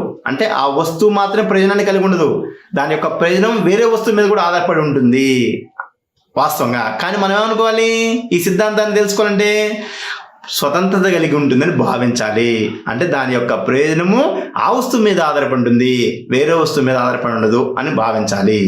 వేరే వస్తువు తీసుకుంటుంది ఎందుకని అంటే మనం ఏమనుకున్నాం, ఈ సిద్ధాంతంలో డెఫినేషన్ ఒక వస్తువుని అదే పనిగా వినియోగించుకుంటే అంటున్నాం, అదే వస్తువుని వినియోగించుకోవాలని అర్థం అనమాట. సో కాబట్టి ఇక్కడ ఇంకొకటి ఏంటంటే వస్తువు యొక్క ప్రయోజనం అనేది స్వతంత్రత కలిగి ఉంటుందని మనం భావించాలి, అంటే ప్రమేయం చేసుకోవాలి. కానీ కొన్ని రకాల వస్తువులకి మనం చెప్పుకున్నట్టు అవి ప్రయోజన స్వతంత్రత కలిగి ఉండవు. ఎగ్జాంపుల్ మీకు ఇందాక చెప్పినట్టుగా, ఓకేనా? సో ఇదొక. అదే విధంగా యాపిల్స్ తీసుకున్నానుకో, యాపిల్ అనేది స్వతంత్రం కలిగి ఉంటుంది మళ్ళీ. సో దాని ప్రయోజనం వేరే దాని మీద ఆధారపడి ఉండదు, అది తీసుకుంటూ ఉంటాం. కానీ కొన్ని రకాల వస్తువులు మనం స్వతంత్రత ఉండదు. కానీ అన్ని వస్తువులు కూడా మనం ఇక్కడ ఏమనుకుంటాం, స్వతంత్రత కలిగి ఉంటాయి అనుకుంటాను. అంటే ప్రయోజనం ఆ వస్తువు మీద ఆధారపడి ఉంటుందని భావించాలి. చాలా ఇంపార్టెంట్ ఇది ఒక అంశము. ఇంకా 4వ అంశము, ద్రవ్యం యొక్క ఉపాంత ప్రయోజనము స్థిరంగా ఉంటుందని భావించాలి. ఇంకొక ప్రమేయం ఏంటి? 4వది, ద్రవ్యం యొక్క ఉపాంత ప్రయోజనము స్థిరంగా ఉంటుందని భావించాలి. ఏంటి ద్రవ్యం యొక్క ఉపాంత ప్రయోజనము? ద్రవ్యం ఉపాంత ప్రయోజనం అంటే ద్రవ్యం యొక్క అదనపు ప్రయోజనం. ఉపాంత అంటే అర్థం ఏంటి? అదనపు ప్రయోజనము. మరి ద్రవ్యం యొక్క ఉపాంత అదనపు ప్రయోజనము స్థిరంగా ఉంటుందా? ఉంటుందా స్థిరంగా? అంటే ఏంది, మనకి ఒక 100 రూపాయలు వచ్చినాయి, ఈ 100కి అదనంగా ఒక 100 వచ్చింది, అంటే ఉపాంత ద్రవ్యము. జాగ్రత్తగా ఉన్నది. మన దగ్గర ఒక 100 రూపాయలు ఉన్నాయి, 100 రూపీస్ ఉన్నాయి. ఈ 100 రూపీస్కి మళ్ళీ ఎక్కడి నుంచి మనకి ఒక 100 వచ్చింది అదనంగా, అంటే ఉపాంత ప్రయోజనం. ఇంకొక 100 రూపాయలు అదనంగా వచ్చినాయి. మళ్ళీ ఆ 100కి ఇంకొక అదనంగా 100 వచ్చింది అదనంగా, అంటే ఉపాంత. అంటే ఫస్ట్ 100 రూపాయలకి ఎంతైతే ప్రయోజనం ఉందో రెండో 100 రూపాయలు వచ్చినప్పుడు కూడా మనకి అంతే ప్రయోజనం ఉండాలి. ఇంకొక 100 రూపాయలు వచ్చినా కానీ అదే ప్రయోజనం ఉండాలి. అంటే మన ఇది యొక్క ద్రవ్యం వచ్చి మనకి అదనంగా చేరుతున్న కొద్దీ దానికి ఉపాంత ప్రయోజనం మార్పు ఉండకూడదు అంటున్నాం మనం ఇక్కడ. అంటే దాని యొక్క ఉపాంతం స్థిరంగా ఉండాలి. మనకి ఎంత ద్రవ్యం వచ్చినా కానీ అదనంగా అది ఫస్ట్ 100 రూపాయలకి ఎంతైతే మనం అదనపు ప్రయోజనం కలిగి ఉన్నామో 200 రూపాయలు 300 రూపాయల వల్ల కూడా అదే ప్రయోజనం కలిగి ఉండాలని చెప్తుంది ఈ యొక్క ప్రమేయం. కానీ వాస్తవంగా ఉంటుందా? మరి ఉండదు. ఉంటుందా? ఉండదు. కానీ మనం ప్రమేయం చేసుకోవాలి. ఎందుకు ఉండదు? ఫర్ ఎగ్జాంపుల్ నేను ఒకటి చెప్తాను మీకు. ఏంటి? ఫర్ ఎగ్జాంపుల్ నా జేబులో పాకెట్లో ఒక 50 రూపాయలు ఉన్నాయి. 50 రూపాయలు ఉన్నప్పుడు నేను ఒక టెంపుల్కి వెళ్ళా అనుకుందాం. ఫర్ ఎగ్జాంపుల్ ఒక గుడికి వెళ్ళా. అక్కడ పేదోళ్ళు కొంతమంది భిక్షగాళ్ళు ఉంటారు. ఉన్నప్పుడు నేను కొబ్బరికాయ తీసుకున్నా, ఒక 25 రూపాయలు పెట్టాం, కొబ్బరికాయ కొట్టడం, గుడికి పోవటం, అక్కడ కానుకేయటం వల్ల ఒక 10 రూపాయలు మళ్ళీ ఛార్జింగ్ మిగిలింది అనుకుందాం. మనం 10 రూపీస్ మళ్ళీ ఛార్జింగ్ మిగిలింది. వచ్చేటప్పుడు భిక్షగాలకి వెళ్ళాలంటే మన అందులో ఆ 10 రూపాయల నుంచి ఏం చేస్తాం? ఒక రూపాయి దానం చేయాలన్నా, ఒక 2 రూపాయలు దానం చేయాలన్నా కొద్దిగా ఆలోచిస్తాం. రేర్లీ 1 రూపాయి తీసేస్తాం. సరే 10 రూపాయలు ఉండగా 1 రూపాయి తీసేద్దాంలే. చాలా మంది ఉంటారు. 1 రూపాయి తీయటానికి కూడా ఆలోచిస్తాం. 50 రూపీస్ ఉన్నప్పుడు, 50 రూపాయలు ఉన్నప్పుడు వాళ్ళకి. ఫర్ ఎగ్జాంపుల్ మనకి ఈ లోపల గుళ్ళో పోయినప్పుడు, లేకపోతే ఇంకెవరు మన రిలేషన్స్ ఎవరు కలిసారు, లేకపోతే ఇంటికాడ నుంచి తీసిపోయిన మనం 400 రూపాయలు ఉన్నాయి జేబులో. అంటే 50 రూపాయలకి అదనంగా ఒక 4 రెట్లు వచ్చినాయి. 400 రూపాయలు ఉన్నాయి జేబులో. అంటే ద్రవ్యం అదనంగా వచ్చింది అనుకుందాం మన ఎగ్జాంపుల్ మీకు అర్థం కావడం కోసం. 400 వచ్చింది. అప్పుడు ఏం చేస్తాం మనం? కొబ్బరికాయ కొట్టినాం, అన్నీ బాగుండడం, మన దగ్గర 350 రూపాయలు జేబులో ఉన్నాయి. అప్పుడు ఏం చేస్తాం మనం? దారిలో వచ్చే భిక్షగాలు వచ్చేటప్పుడు 10 మంది ఉంటే ఇంత ముందర 50 రూపాయలు ఎంత చేసినాం? రూపాయి దానం చేయడానికే కొద్దిగా మనం ఆలోచించేవాళ్ళం. ఇప్పుడు 400 రూపీస్ ఉన్నాయి జేబులో. ఎంత చేస్తాం? పోతే పేదోళ్ళు అని చెప్పేసి మనం ఒక 10 రూపాయలు తీసి ఆ భిక్షగాళ్ళకి, అక్కడ పేదరికంలో ఉన్న వాళ్ళకి మనం ఇవ్వడానికి సిద్ధపడతాం. అంటే 50 రూపాయలు ఉన్నప్పుడే రూపాయిని కోల్పోవడానికి సిద్ధపడ్డాం. 10 రూపాయలు కోల్పోవడానికి సిద్ధపడలా, ఉన్న 10 కాబట్టి. అదే మన దగ్గర 400 రూపాయలు ఉన్నాయి. అంటే అదనంగా ఉంది ద్రవ్యము. 50కి అదనంగా ఒక 8 రెట్లు వచ్చింది. కాబట్టి ఇప్పుడు ఏం చేస్తాం మనం, 10 రూపాయలు కాదు 20 రూపాయలు ఇవ్వడానికి కూడా సిద్ధపడతాం. అంటే అదనంగా ద్రవ్యం వచ్చింది మన దగ్గరికి. అదనంగా ద్రవ్యం వచ్చినప్పుడు ఫస్ట్ ఎంత అయితే ప్రయోజనం అదే ఉందా, అంటే 10 రూపాయలు అదనంగా ఇవ్వడానికి సిద్ధపడతామా లేదా? అంటే దాని యొక్క ప్రయోజనం తగ్గినట్టే కదా.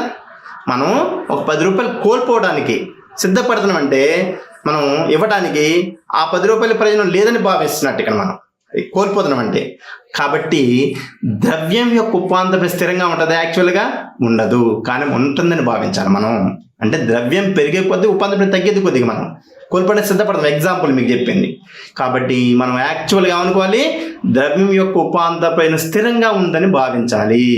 అట్లా భావించకపోతే మనం ఈ సిద్ధాంతాన్ని మనం మళ్ళీ క్షీణోపాంత సిద్ధాంతం పనిచేయదు.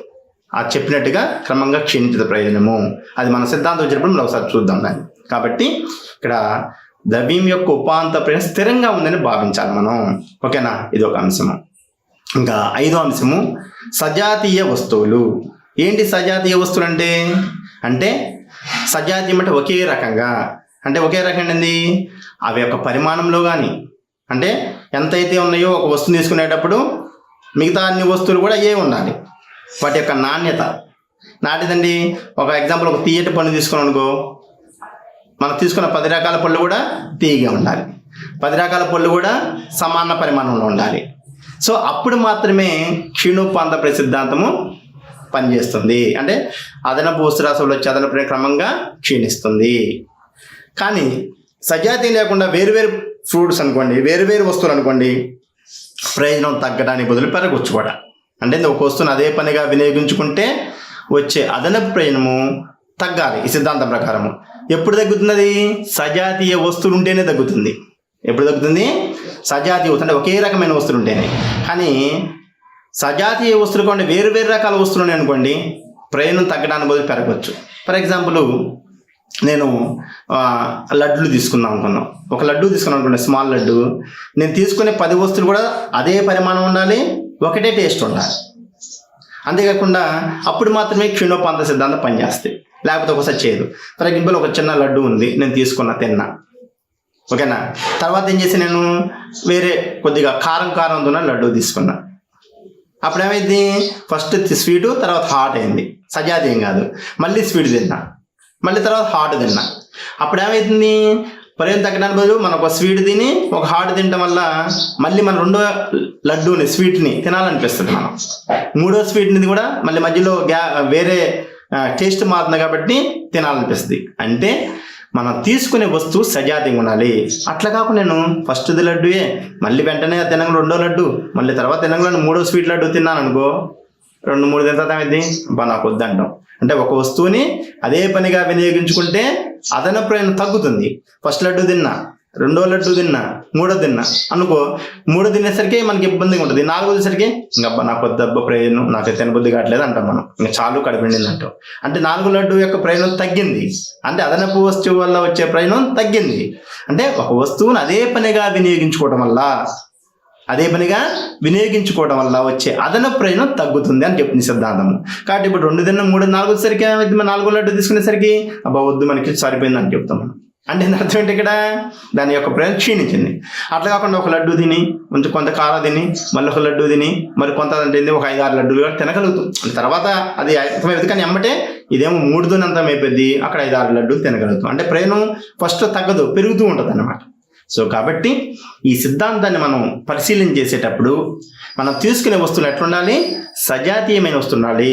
ఆ యొక్క పరిమాణం కానీ, వాటి యొక్క నాణ్యత కానీ, వాటి యొక్క రుచి కానీ అన్నీ కూడా ఒకే రకమైన ఉన్నప్పుడు మాత్రమే ఒక వస్తువును మనం అదే పనిగా తీసుకుంటే అదనపు వస్తువుల ప్రయోజనము క్షీణిస్తుంది. కానీ వేరే తీసుకుంటే మాత్రం క్షీణించదు, కొంత పెరగడానికి అవకాశం ఉందన్నమాట. ఇది ఒక ఇంపార్టెంట్ పాయింట్. ఇంకా 6వ అంశము ఒకే మాదిరి పరిమాణం ఉన్న వస్తువులు. అంటే ఇందాక చెప్పుకున్నాం, అదే సజాతీయ వస్తువులను వచ్చింది. ఇది ఒకే పరిమాణం ఉంటుంది. మనం తీసుకునేది వస్తువులు ఎట్లా ఉండాలి, మరీ చిన్నగా ఉండకూడదు, మరీ పెద్దగా ఉండకూడదు. ఎందుకని, ఫస్ట్ చిన్న స్వీట్ తీసుకున్నాం అనుకోండి, కొద్దిగా ప్రయోజనం వస్తాయి. తర్వాత లావు తీసుకుంటే ప్రయోజనం పెరిగినట్టు అనిపిస్తుంది మనకి. కాబట్టి అట్లా ఒక సైజులో తేడా ఉందనుకోండి, పెరగటం తగ్గడం జరిగింది. అట్లా కాకుండా ఒకే సైజు తీసుకున్నాం అనుకోండి, తింటా ఉన్న కొద్ది ఏమైతుంది, ఒక వస్తువు తిన్నా ప్రయోజనం, రెండో వస్తువు తిన్నా, మూడో వస్తువు తిన్నా, ఇంకా నాలుగోది ఐదోసరికి ఇంకా నాకు కొద్ది ప్రయోజనం, నాకు సాటిస్ఫాక్షన్ సంతృప్తి చెందా, నాకు అదనపు వస్తువు వద్దా అంటాం మనం. ఓకేనా? అట్లా కాకుండా ఏంటి, అదనపు ప్రయోజనం క్రమంగా తగ్గింది. అట్లా కాకుండా ఒకసారి చిన్న తీసుకునేప్పుడేమో కొద్దిగా వస్తుంది, కొద్ది పెద్ద వస్తువు తీసుకుంటే ఎక్కువ ప్రయోజనం వస్తుంది, మళ్ళీ కొద్ది తీసుకుని అనుకో కొద్ది ప్రయోజనం వచ్చింది, మళ్ళీ పెద్ద తీసుకుంటే ఎక్కువ ప్రయోజనం వచ్చింది. అట్లా కాకుండా ఏం తీసుకోవాలి మనం, ఈ క్షీణోపాంత సిద్ధాంతము మనం అవగాహన చేసుకుంటే మనం తీసుకునే వస్తు పరిమాణం అట్లా ఉండాలి, అన్ని సజాతీయంగా అంటే సరైన పరిమాణంలో ఒకే పరిమాణంలో ఉండాలి. ఇది ఒక అంశము. ఇంకా 7వ అంశము, కాల వ్యవధి ఉండకూడదు. ఏంటి, వివిధ యూనిట్ల వినియోగం మధ్య కాల వ్యవధి ఉండరాదు. చాలా ఇంపార్టెంట్. ఏంటిది, కాల వ్యవధి ఉండకూడదు. ఏంటి, ఒక వస్తువు వినియోగానికి మరొక వస్తువు వినియోగానికి మధ్య కాల వ్యవధి ఉండకూడదు. కాల వ్యవధి ఉన్నట్లయితే క్షీణోపాంత సూత్రము ఇక్కడ వర్తించదు. క్షీణోపాంత సూత్రం వర్తించదు. ఏంటి, ఫర్ ఎగ్జాంపుల్ నేను ఇప్పుడు ఒక ఉదయం 8 గంటలప్పుడు ఒక లడ్డూ తిన్నా, మళ్ళీ ఏం చేశాను, మళ్ళీ 10 గంటలకు ఒక లడ్డు ఇచ్చారు, మళ్ళీ తింటా, మళ్ళీ 12 గంటలకి ఒక లడ్డు ఇచ్చారు, మళ్ళీ తింటా. అట్లా నేను 2 గంటలకు 3 గంటలకు టైము కాలయాపనతో కాల వ్యవధితో ఒక లడ్డు తిన్న తర్వాత మళ్ళీ 2 గంటలకు ఇంకో లడ్డు, మళ్ళీ 2 గంటలకు 3 గంటలకు ఇంకో లడ్డు, ఇట్లా ఇచ్చుకుంటూ పోతే నేను వద్దంటానా? మనం వద్దంటామా? ఎవరన్నా వ్యక్తులు ఏం చేస్తాం మనం, ఇప్పుడు తింటాం, తర్వాత 2 తర్వాత నా యొక్క ప్రయోజనం అంతరించిపోయింది, మళ్ళీ ఇస్తే మళ్ళీ తింటాం. అంటే సాయంత్రం వరకు మనం గ్యాప్తో ఇస్తామంటే మనం తింటాం, ప్రయోజనం తగ్గినట్టు అనిపించదు. ఎందుకంటే మధ్యలో గ్యాప్ వచ్చింది కాబట్టి, టైం కాల వ్యవధి వచ్చింది కాబట్టి మరి క్షీణోపాంత సిద్ధాంతం ఏం చెప్తుంది, ఒక వస్తువుని అదే పనిగా వినియోగించుకోవడం వల్ల చదన ప్రయోజనం క్రమంగా తగ్గుతుంది, క్షీణిస్తుందని చెప్తుంది. మరి కాల వ్యవధి ఉంటే క్షీణించిద్దా ప్రయోజనం, వస్తువు యొక్క ప్రయోజనము క్షీణించిద్దా? క్షీణించదు. ఇప్పుడు తీసుకున్నా ఎంత ప్రయోజనం, మళ్ళీ 2 గంటలు తీసుకుంటే అదే ప్రయోజనం ఉంటుంది. ఈరోజు మనం క్షీణోపాంత ప్రయోజన సూత్రానికి సంబంధించిన 2వ భాగం గురించి తెలుసుకుందాం. మనం గత క్లాసులో క్షీణోపాంత ప్రయోజన సిద్ధాంతము అంటే ఏంటి, అది మరి ఏ ప్రమేయాలపై ఆధారపడి ఉంది, దాని యొక్క డెఫినేషన్ గురించి మనం గత క్లాస్లో నేర్చుకోవడం జరిగింది. ఈ క్లాస్లో మనం క్షీణోపాంత ప్రయోజన సూత్రం యొక్క పట్టిక మరియు ఆ యొక్క పటం గురించి మనం విశ్లేషణ చేసుకున్నాం. మన క్షీణోపాంత ప్రయోజన సిద్ధాంతం అనేది ప్రధానంగా మరి కార్డినల్ ప్రయోజన విశ్లేషణపై ఆధారపడిందని తెలుసుకోవడం జరిగింది. మనం దీని మీద కార్డినల్ ప్రయోజన విశ్లేషణపై ఆధారపడిందని చెప్పి తెలుసుకున్నాం. మనం అంటే ఇది ప్రయోజనాన్ని కొలవచ్చు అనే భావంతో. సో కాబట్టి ఈ క్షీణోపాంత ప్రయోజన సూత్ర వివరణ మనం ఎట్లా తెలుసుకున్నామంటే, అంటే కొన్ని ప్రమేయాల ఆధారంగా మనం ఈ సూత్రాన్ని ఈ క్రింది పట్టిక ద్వారా తెలుసుకోవచ్చు. అంటే కొన్ని ప్రమేయాలు తీసుకుని వినియోగదాడి హేతువాది కార్డినల్ ప్రయోజన విశ్లేషణపై ఆధారపడి ఉంటుందని, ద్రవ్యం యొక్క ఉపాంత ప్రయోజనం స్థిరంగా ఉంటుందని, అదేవిధంగా వినియోగదారుల యొక్క అభిరుచుల అలవాట్లు మారవని. సో ఇలా కొన్ని ప్రమేయాలతో మనం ఆ యొక్క గత క్లాస్లో దాని యొక్క ప్రమేయాలు తెలుసుకున్నాం. అయితే ఈ ప్రమేయాల ఆధారంగా మనం క్షీణోపాంత ప్రయోజన సూత్రం యొక్క వివరణ గురించి మనం పూర్తిగా తెలుసుకోవచ్చు. అదేవిధంగా గత క్లాస్లో మనం మొత్తం ప్రయోజనం అంటే ఏంటి, ఉపాంత ప్రయోజనం అంటే కూడా తెలుసుకోవడం జరిగింది. మళ్ళీ ఒకసారి ఇక్కడ మీకు రిమెంబర్ చేస్తాను దాన్ని.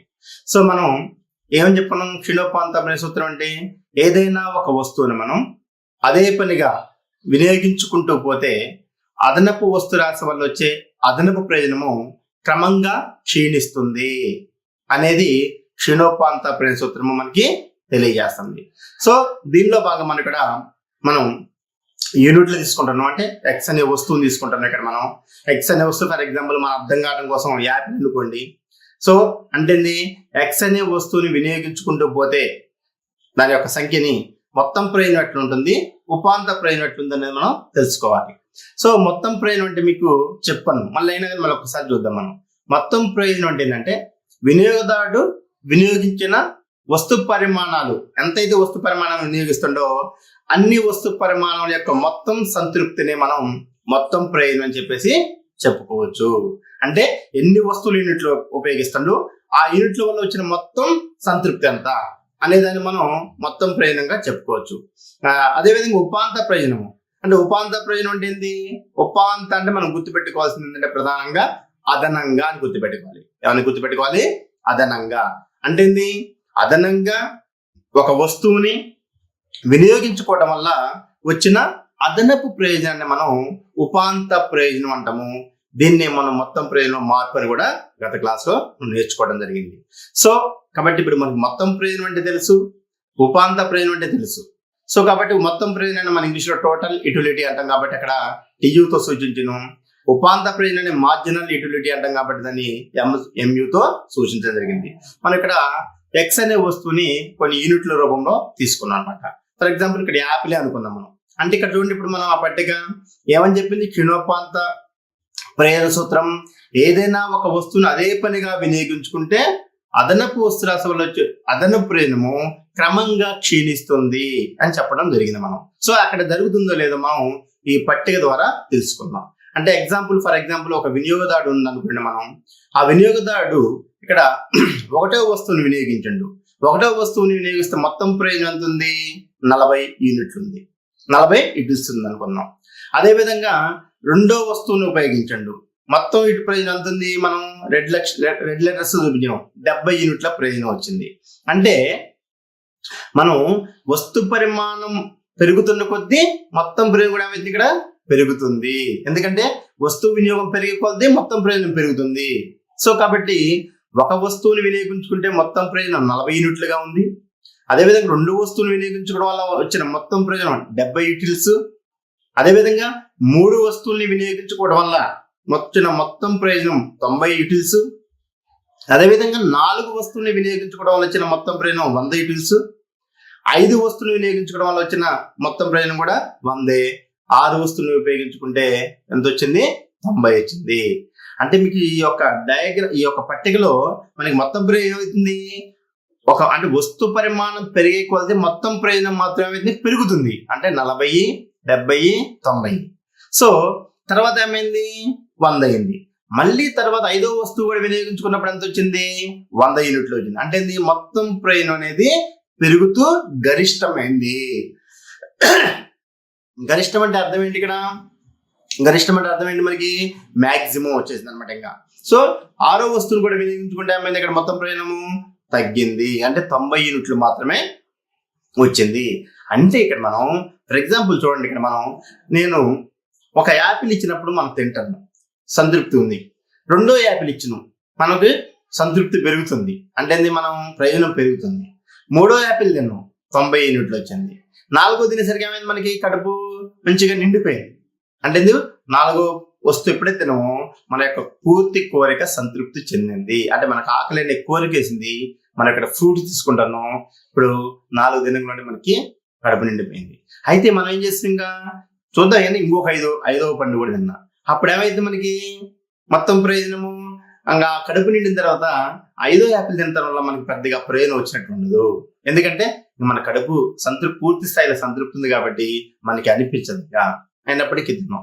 ఒకవేళ మనం ఆ రోజు కూడా ట్రై చేస్తాం అనుకోండి, ఏమైతుంది, ఇంకా వద్దు అనిపిస్తుంది. మనకి కడుపు నిండిన తర్వాత ఏమంటాం, మనం వద్దు, ఇంకా వస్తువు నాకు వద్దు అని చెప్పేసి మనం అంటాం. అంటే దాని ప్రయోజనం తగ్గినట్టే కదా. సో ఆ ప్రయోజనాన్ని మనం కొలుస్తున్నాం. అంటే తగ్గింది కాబట్టి 90 యూనిట్లు వచ్చింది అనుకుంటున్నాం. అంటే యాక్చువల్గా మనం ఏంటి, వస్తువు యొక్క వచ్చే ప్రయోజనాన్ని కొలవలేము, కొలుస్తాం నిజంగా. కానీ మనం ప్రమేయం చేసుకున్నాం ఏమని, వస్తువు యొక్క ప్రయోజనం కొలవచ్చు. అంటే కార్డినల్ ప్రయోజన విశ్లేషణపై ఆధారపడింది సిద్ధాంతము అని ముందుగానే మనం ప్రమేయం తీసుకోవడం జరిగింది. సో కాబట్టి ఇక్కడ మనకి వస్తు పరిమాణం పెరిగే కొద్దీ 1, 2, 3, 4, 5, 6 మొత్తం ప్రయోజనం ఏంది, పెరుగుతూ 4వ వస్తువు వరకు పెరుగుతూ 5వ వస్తువు దగ్గర గరిష్టమయ్యి 6వ వస్తువు దగ్గర తగ్గింది. ఇది ఒక అంశం ఇక్కడ మన టేబుల్లో. అయితే సార్ మీ అనొచ్చు, సార్ మరి 40, 70, 90 ఎట్లా వచ్చినాయి సార్ అంటే, మనం ఊహించుకుంటాం ఎట్లా వస్తుందని. మనం ఆ యొక్క మొత్తం ప్రయోజనంలో ఉన్న ఫస్ట్ డేటా అంతా మనం ఊహించుకుంటాం, గుర్తుంచుకోవాలి ఇంకా. సో కాబట్టి ఇది ఒకటి జరిగింది. అయితే ఇక్కడ మనకి ఈ యొక్క మొత్తం ప్రయోజనం అనేది ఏమైంది, ఫస్ట్ 40 ఒక వస్తువు వల్ల, 2 వస్తువులు ఎంత వచ్చింది, 70. అంటే ఒక వస్తువు తీసుకుంటే 40 వచ్చింది, 2 వస్తువు తీసుకుంటే అంటే 70 వచ్చింది. అంటే పెరిగింది. కానీ మొదటి దానికి 40, రెండో దానికి ఎంత వచ్చింది, 70. అంటే ఎంత పెరిగింది, 30 యూనిట్లే పెరిగింది. సో అది గుర్తుపెట్టుకోండి అక్కడ మనకి. ఇంకా రెండో పాయింట్లోకి వద్దాం, రెండో మన కాలంలోకి, ఉపాంత ప్రయోజనంలోకి. ఉపాంత ప్రయోజనం అంటే ఏం చెప్పినా మనం, అదనంగా ఒక వస్తువుని వినియోగించుకోవడం వల్ల వచ్చిన అదనపు ప్రయోజనాన్ని మనం ఉపాంత ప్రయోజనం అని చెప్పేసి చెప్పుకోవడం జరిగింది. సో కాబట్టి ఇప్పుడు ఇక్కడ ఉపాంత ప్రయోజనం చూద్దాం ఎట్లుందో. దాన్ని మనం మొత్తం ప్రయోజనంలో మార్పు అని కూడా చెప్పుకోవచ్చు. ఫర్ ఎగ్జాంపుల్ ఇక్కడ చూద్దాం. ఇక్కడ ఏంది, ఒకటో వస్తువు ఉంది. ఒకటో వస్తువు అప్పుడు ఉపాంత ప్రయోజనం ఎంత ఉంది చూడండి, ఇక్కడ 40 యూనిట్లు. ఎందుకని? మొత్తం ప్రయోజనం 40 ఉంది, ఉపాంత ప్రయోజనం కూడా 40 ఉంది. ఎందుకనంటే ఒకటో వస్తువుకి అదే ఫస్ట్ వస్తువు కాబట్టి ఇంకా అదనంగా ఏం తీసుకోలేదు కాబట్టి ఆ మొత్తం ప్రయోజనమే అదనపు ప్రయోజనంగా కూడా ఉంటుంది. అదే అదనపు ప్రయోజనము, అదే మొత్తం ప్రయోజనము. ఎందుకంటే గతంగా మనం ఎలాంటి వస్తువుని వినియోగించుకోలేదు కాబట్టి మొత్తం ప్రయోజనం 40. ఇంకా రెండో వస్తువు తీసుకున్నాం. రెండో వస్తువు తీసుకుంటే ఎంత వచ్చింది ఉపాంత ప్రయోజనము? ఏం చెప్పుకున్నాం మనం? అదనపు వస్తువులు వచ్చి అదనపు ప్రయోజనము. అంటే ఒక వస్తువు అప్పుడు 40 యూనిట్లు వచ్చింది మొత్తం ప్రయోజనము. జాగ్రత్తగా రండి. రెండో వస్తువు తీసుకుంటే 70 వచ్చింది. అంటే రెండో వస్తువుని అదనంగా తీసుకోవడం వల్ల, ఒకటికి అదనంగా ఇంకొక వస్తువు రెండో వస్తువు కాబట్టి రెండో వస్తువుని అదనంగా తీసుకోవడం వల్ల ఎంత వచ్చింది? 70 వచ్చింది. అంటే ఎంత మార్పు వచ్చింది ఇక్కడ? 40 ఏళ్ళలో 70 ఎంత వచ్చింది? 30 యూటిల్స్ ప్రయోజనం వచ్చింది. ఎంత ప్రయోజనము? 30 యూటిల్స్. అందుకే పక్కన చూపించాం మనం. 70లోంచి 40 తీసేసాం. 40 తీసేసి ఎంత? 30 యూటిల్స్. అంటే రెండు వస్తువుల యొక్క మొత్తం ప్రయోజనం నుంచి ఒక వస్తువు యొక్క మొత్తం ప్రయోజనాన్ని తీసేసినాం. సో 70లోంచి 40 తీస్తాం. ఉపాంత ప్రయోజనం 30. ఇంకా మూడో వస్తువు చూడండి. మూడో వస్తువు తీసుకున్నాం. ఎంత వచ్చింది మొత్తం ప్రయోజనము? 90 యూటిల్స్. అంటే మరి రెండు వస్తువులప్పుడేమో 70 వచ్చింది. మూడో అదనంగా ఒక వస్తువు చేరింది. రెండో వస్తువుకి అదనంగా ఒక వస్తువు చేరడం వల్ల ఎంత వచ్చింది? 3 అయింది. 3 కావడం వల్ల 70 ఏళ్ళ ప్రయోజనము ఎంత వచ్చింది? 90 యూటిల్స్ వచ్చింది. అంటే ఎంత మార్పు వచ్చింది? 20 యూటిల్స్ వచ్చింది. అంటే రెండో వస్తువుకి అదనంగా మూడో వస్తువు రావడం వల్ల మొత్తం ప్రయోజనం 70 ఏళ్ళ 90 అయింది. అంటే అదనంగా ఎంత వచ్చింది? 20 యూటిల్స్ ప్రయోజనం వచ్చింది. కాబట్టి 90 నుంచి మనం 70 తీసేస్తే 20. సో కాబట్టి ఉపాంత ప్రయోజనం 20 యూటిల్స్. ఇంకా నాలుగో వస్తువు అప్పుడు ఎంత వచ్చింది మొత్తం ప్రయోజనము? 100 యూటిల్స్. అంటే నాలుగప్పుడు వస్తువు 100 యూటిల్స్ వచ్చిందంటే మూడప్పుడు ఎంత వచ్చింది? 90. నాలుగప్పుడు 100. అంటే 90కి అంటే మూడో వస్తువుకి అదనంగా ఇంకొక వస్తువు నాలుగో వస్తువు జాయిన్ కావడం వల్ల, అంటే వినియోగించుకోవడం వల్ల మనం 90 యూటిల్స్ ప్రయోజనం వల్ల 100 యూటిల్స్ అయింది. అంటే ఎంత పెరిగింది? 10 యూటిల్స్ పెరిగింది. కాబట్టి అదనపు వస్తువు వల్ల వచ్చిన, అంటే మూడో వస్తువుకి అదనంగా వచ్చిన వస్తువు నాలుగో వస్తువు. కాబట్టి నాలుగో వస్తువు వల్ల వచ్చిన మొత్తం ప్రయోజనం ఎంత అంటే 10 యూటిల్స్. కాబట్టి అక్కడ మనం 10 చూపించాము. అంటే 100లో 90 తీసేసాము. అయితే ఐదో వస్తువు తీసుకోండి. ఐదో వస్తువు తీసుకోవడం వల్ల ఏమైంది? 100 పోయింది. అంటే వాడు సంతృప్తి చెందింది కాబట్టి, మొత్తం కడుపు నిండిపోయింది కాబట్టి అతని యొక్క కోరిక అతనికి ఎలాంటి ప్రయోజనం వచ్చినట్టు అనిపించదు. ఎందుకంటే చూడండి, మనం పూర్తిగా కడుపు నిండిన తర్వాత పూర్తి స్థాయిలో ఆకలైంది, అన్నం తినేసినాం. తిన్న తర్వాత ఇంకా నాకు బిర్యానీ పెట్టినా కానీ మనకు పెద్దగా అనిపించదు, టేస్ట్ అనిపించదు. ఎందుకంటే ఆల్రెడీ మన కోరిక తీరిపోయింది కాబట్టి. సో కాబట్టి ఇక్కడ ఐదో వస్తువు వినియోగించుకున్నప్పటికీ కూడా 5 యాపిల్ అతనికి ప్రయోజనం అంటే పెద్దగా సంతృప్తి వచ్చినట్టు అనిపించదు. సో అదే సంతృప్తి ఉంటుంది కాబట్టి ఎలాంటి మార్పు జరగలేదు.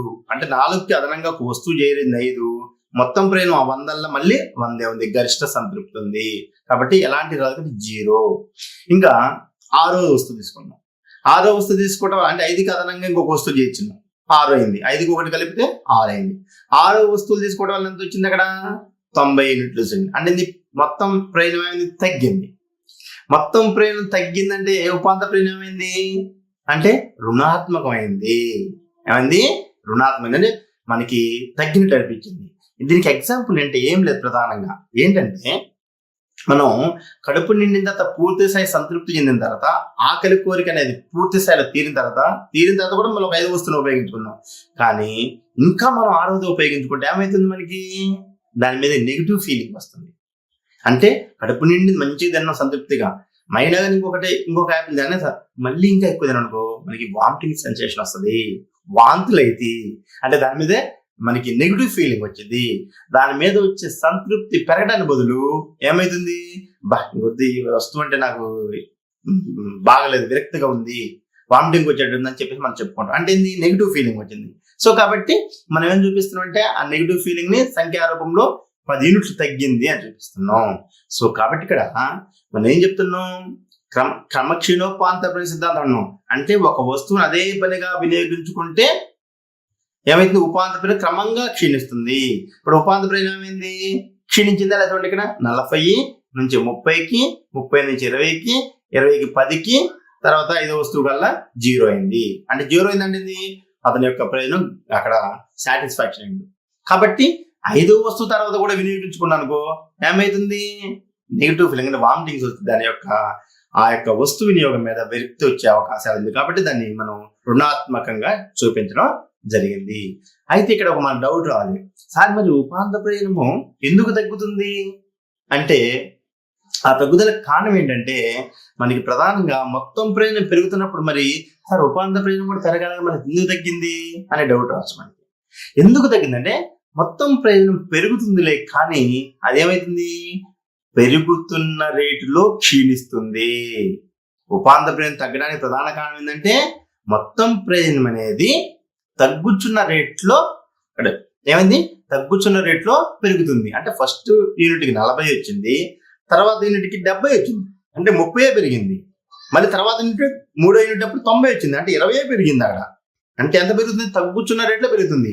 40కి 30 కలిపితే 70, 70కి 20 కలిపితే 90 పెరుగుతుంది. కానీ ఇది 30, 20, 10 ఇట్లా తగ్గుచున్న రేట్లో పెరుగుతుంది. కాబట్టి ఉపాంత ప్రయోజనం అనేది ఇక్కడ మనమైతే తగ్గుచు 0 అయ్యి రుణాత్మకం కావడం గమనించవచ్చు. కాబట్టి మనం ఏమని చెప్పుకున్నాం, ఒక వస్తువుని అదే పనిగా వినియోగించుకుంటే అదనపు ప్రయోజనము అంటే ఉపాంత ప్రయోజనము క్రమంగా క్షీణిస్తుంది. మరి అక్కడ క్షీణించినట్టు కనిపించిందా లేదా మనం? సో దీన్ని మనం పట్టిక రూపంలో తెలుసుకోవడం జరిగింది. అయితే ఈ పట్టిక అనేది మనకి మరి ఎడ్యుకేషన్ పర్సన్స్ కానీ చదువుకునే వ్యక్తులు కానీ మంచిగా అవగాహన కలుగుతుంది. మరి అదే కనుక కొంతమంది నిరక్షరాస్యుల గురించి చదువు పట్ల అవగాహన లేనోడు నిరక్షరాస్యుల గురించి తెలుసుకోవాలంటే ఏం చేయాలి మనం అంటే దాన్ని ఒక బొమ్మ రూపంలో చూపిస్తే తొందరగా అనిపిస్తుంది. పట్టిక రూపంలో కాకుండా పటం రూపంలో చూపించుకుంటే దాన్ని ఇంకా మనం పూర్తి స్థాయిలో అర్థం చేసుకోవచ్చు. సో దాన్ని కూడా మనం ఇప్పుడు వివరిద్దాం. దీంట్లో ప్రధానంగా మనం ఒక్కసారి మళ్ళీ పట్టిక గురించి చూద్దాం. ఏంటి అంటే మొత్తం ప్రయోజనానికి ఉపాంత ప్రయోజనానికి మధ్య గల సంబంధాన్ని మనం 3 అంశాల ద్వారా తెలుసుకోవచ్చు. అదే పట్టికను మళ్ళీ ఇక్కడ మీకు చూపించడం జరిగింది. మీరు దాన్ని మళ్ళీ ప్రిపేర్ చేసుకోవాల్సిన అవసరం లేదనమాట. అదే పట్టికని ఇక్కడ మళ్ళీ చూపిస్తాం దాని గురించి వివరించడానికి. సో కాబట్టి ఇక్కడ మొత్తం ప్రయోజనము ఉపాంత ప్రయోజనం మధ్య సంబంధం 3 అంశాలు. ఫస్ట్ అంశం ఏంటి, మొత్తం ప్రయోజనం క్షీణిస్తున్న రేట్లో పెరుగుతున్నప్పుడు ఉపాంత ప్రయోజనం తగ్గుతుంది అంటే క్షీణిస్తుంది. ఇందా చెప్పిన గత క్లాస్ ఇంత ముందు పాయింట్లు మనం ఏంటంట, మొత్తం ప్రయోజనం క్షీణిస్తున్న రేట్లో పెరుగుతుంది అంతే కదా. 40 ఏళ్ళ 70 అయింది అంటే 30 పెరిగింది, 70 ఏళ్ళ 90 అయింది అంటే 20 పెరిగింది, 20 ఇటుస్ ప్రయోజనం పెరిగింది. 90 ఏళ్ళ 100 అయింది అంటే 3వ వస్తువుకి 90, 4వ వస్తువుకి 100 అంటే 10 ఇటుస్ పెరిగింది. అంటే మొత్తం ప్రయోజనం అనేది అక్కడ క్షీణిస్తున్న రేట్లో పెరుగుతున్నప్పుడు పెరుగుతుంది కానీ క్షీణిస్తున్న రేట్లో పెరుగుతున్నప్పుడు ఉపాంత ప్రయోజనం ఏమవుతుంది, క్షీణిస్తుంది అంటే తగ్గుతుంది. ఏమైంది ఉపాంత ప్రయోజనం 40, 30, 20, 10 క్షీణిస్తుంది. అది మొదటి అంశము. ఇంకా రెండో అంశం చూస్తే ఈ యొక్క పట్టికలో మొత్తం ప్రయోజనం గరిష్టమైనప్పుడు ఉపాంత ప్రయోజనం అయింది శూన్యమైంది. అయిందా లేదా? మొత్తం ప్రయోజనం 4 అప్పుడు 100 ఇటుల్స్ ప్రయోజనం ఉంది, 100 ఇటుల్స్ ప్రయోజనం. 5వ వస్తువు వినియోగించుకుంటే 100 ఇటుల్స్ ప్రయోజనం ఉంది. అంటే ఏంది, ఇంకా 100 అనేది మాక్సిమం స్థాయి అనమాట. మాక్సిమం అంటే గరిష్ట స్థాయి, అంతకన్నా పెరగడానికి అవకాశం లేదు. మాక్సిమం పెరిగింది ప్రయోజనము. కాబట్టి 4వ వస్తువు 100 ఉంది, 5వ వస్తువు కూడా 100 ఉంది అంటే గరిష్టమైంది. అంటే గరిష్టమైనప్పుడు ఉపాంత ప్రయోజనం ఎట్లుంది, శూన్యంగా ఉంది. అంటే 4వ వస్తువు మొత్తం ప్రయోజనము 100 ఇటుల్స్ గా ఉన్నప్పుడు 5వ వస్తువు వల్ల వచ్చిన మొత్తం ప్రయోజనం కూడా 100 ఉంది అంటే గరిష్టమైంది. అప్పుడు ఉపాంత ప్రయోజనం ఎంత ఉంది చూడండి, 0 ఉంది అంటే శూన్యమైతుంది. ఇది రెండో అంశము అంటే మనం పట్టికలో గమనించిన అంశము. ఇంకా మూడో అంశము, మొత్తం ప్రయోజనము క్షీణిస్తున్నప్పుడు ఉపాంత ప్రయోజనము రుణాత్మకం కావడం గమనించవచ్చు. ఏమైంది, వినియోగదారుడు ఏం చేసిన ఇంకా 5వ వస్తువు కాకుండా 6వ వస్తువును కూడా తీసుకున్నాడు. అంటే 6వ వస్తువును కూడా వినియోగించుకున్నాడు, 6వ యాపిల్ కూడా వినియోగించుకున్నాడు. కానీ మొత్తం ప్రయోజనం క్షీణించింది అంటే తగ్గింది. క్షీణించడం అంటే తగ్గడం. 100 నుంచి ఏమైంది 90కి వచ్చేసింది. 100 నుంచి ఎంత వచ్చింది 90కి. అంటే మొత్తం ప్రయోజనం క్షీణించింది 100 నుంచి 90కి. అప్పుడు ఉపాంత ప్రయోజనం ఏంది, రుణాత్మకమైంది. అంటే ఏమైంది -10 లోకి వచ్చింది, -10 లోకి వచ్చింది. కాబట్టి ఇట్లా ఈ రెండు అంటే వినియోగదారుడు ఒక వస్తువు వినియోగించుకున్నప్పుడు ఆ ఉపాంత ప్రయోజనానికి మొత్తం ప్రయోజనం మధ్య గల సంబంధాన్ని 3 దశల రూపంలో చూపిస్తున్నాం మనం. మొదటి దశలోనేమో మొత్తం ప్రయోజనం క్షీణిస్తున్న రేట్లో పెరిగితే ఉపాంత ప్రయోజనం కూడా క్షీణిస్తుంది. రెండో అంశం ఎప్పటిదాకా అది 1 నుంచి 4 వస్తువులను వినియోగించుకునే కొద్దీ ఏమైంది, మొత్తం ప్రయోజనం తగ్గుతూ ఉపాంత ప్రయోజనం క్షీణించింది. రెండో అంశం, వినియోగదారుడు ఇంకా వస్తువుల్ని వినియోగించుకుంటే అప్పుడు ఏమైంది, మొత్తం ప్రయోజనం అంటే 4 వరకు కాకుండా 5 వరకు కూడా వినియోగించుకుంటే మొత్తం ప్రయోజనం గరిష్టమయ్యి ఉపాంత ప్రయోజనం శూన్యమైంది. అదేవిధంగా వినియోగదారుడు 5తో ఆకుండా ఇంకా వస్తే మనం ఇంకా 6వ యూనిట్ కూడా లేదా 6వ యాపిల్ని కూడా లేదా 6వ అనే ఎక్స్ వస్తువుని కూడా వినియోగించుకోవడం వల్ల మొత్తం ప్రయోజనం క్షీణించింది 100 నుంచి 90కి. అప్పుడు ఉపాంత ప్రయోజనము రుణాత్మకమైంది, 10 యూనిట్లకైంది, -10 యూనిట్లైంది. సో ఇట్లా 3 అంశాలు మనం ఈ యొక్క సిద్ధాంతంలో మనం గమనించవచ్చు. సో దీన్ని మనము పటం రూపంలో చూపించినట్లయితే అది అందరికీ చాలా చక్కగా అవగాహన కలగడానికి అవకాశం ఉంటుంది. అంటే నిరక్షరాస్యులు కూడా పటం ద్వారా అవగాహన చేసుకుంటారు అనమాట. సో దాన్ని చూద్దాం ఒకసారి మనం. చూడండి, ఇక్కడ పటం చూసారా?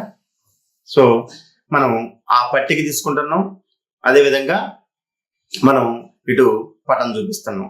ఎట్లా వేయాలి డయాగ్రామ్స్ అని మనకి గ్రాఫ్ బుక్స్ ఉంటాయి జనరల్ గా, మన పేపర్ లో కూడా మనం వైట్ పేపర్ లో పాయింట్స్ పెట్టుకోవచ్చు.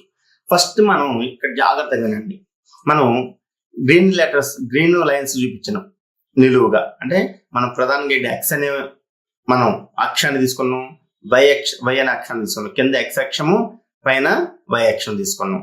ఎక్స్ అక్షంలో మనం ఏం చూపిస్తున్నాం, యూనిట్లు అంటే మనం తీసుకున్న వస్తు పరిమాణం చూపిస్తున్నాం. 1, 2, 3, 4, 5, 6 ఇవి ఎక్స్ అనే వస్తువు. లేదా యాపిల్స్ అనుకున్నాం, యాపిల్స్ తీసుకుంటుండో 1 apple, 2 apple, 3 apple, 4 apple, 5 apple, 6 apple అండి.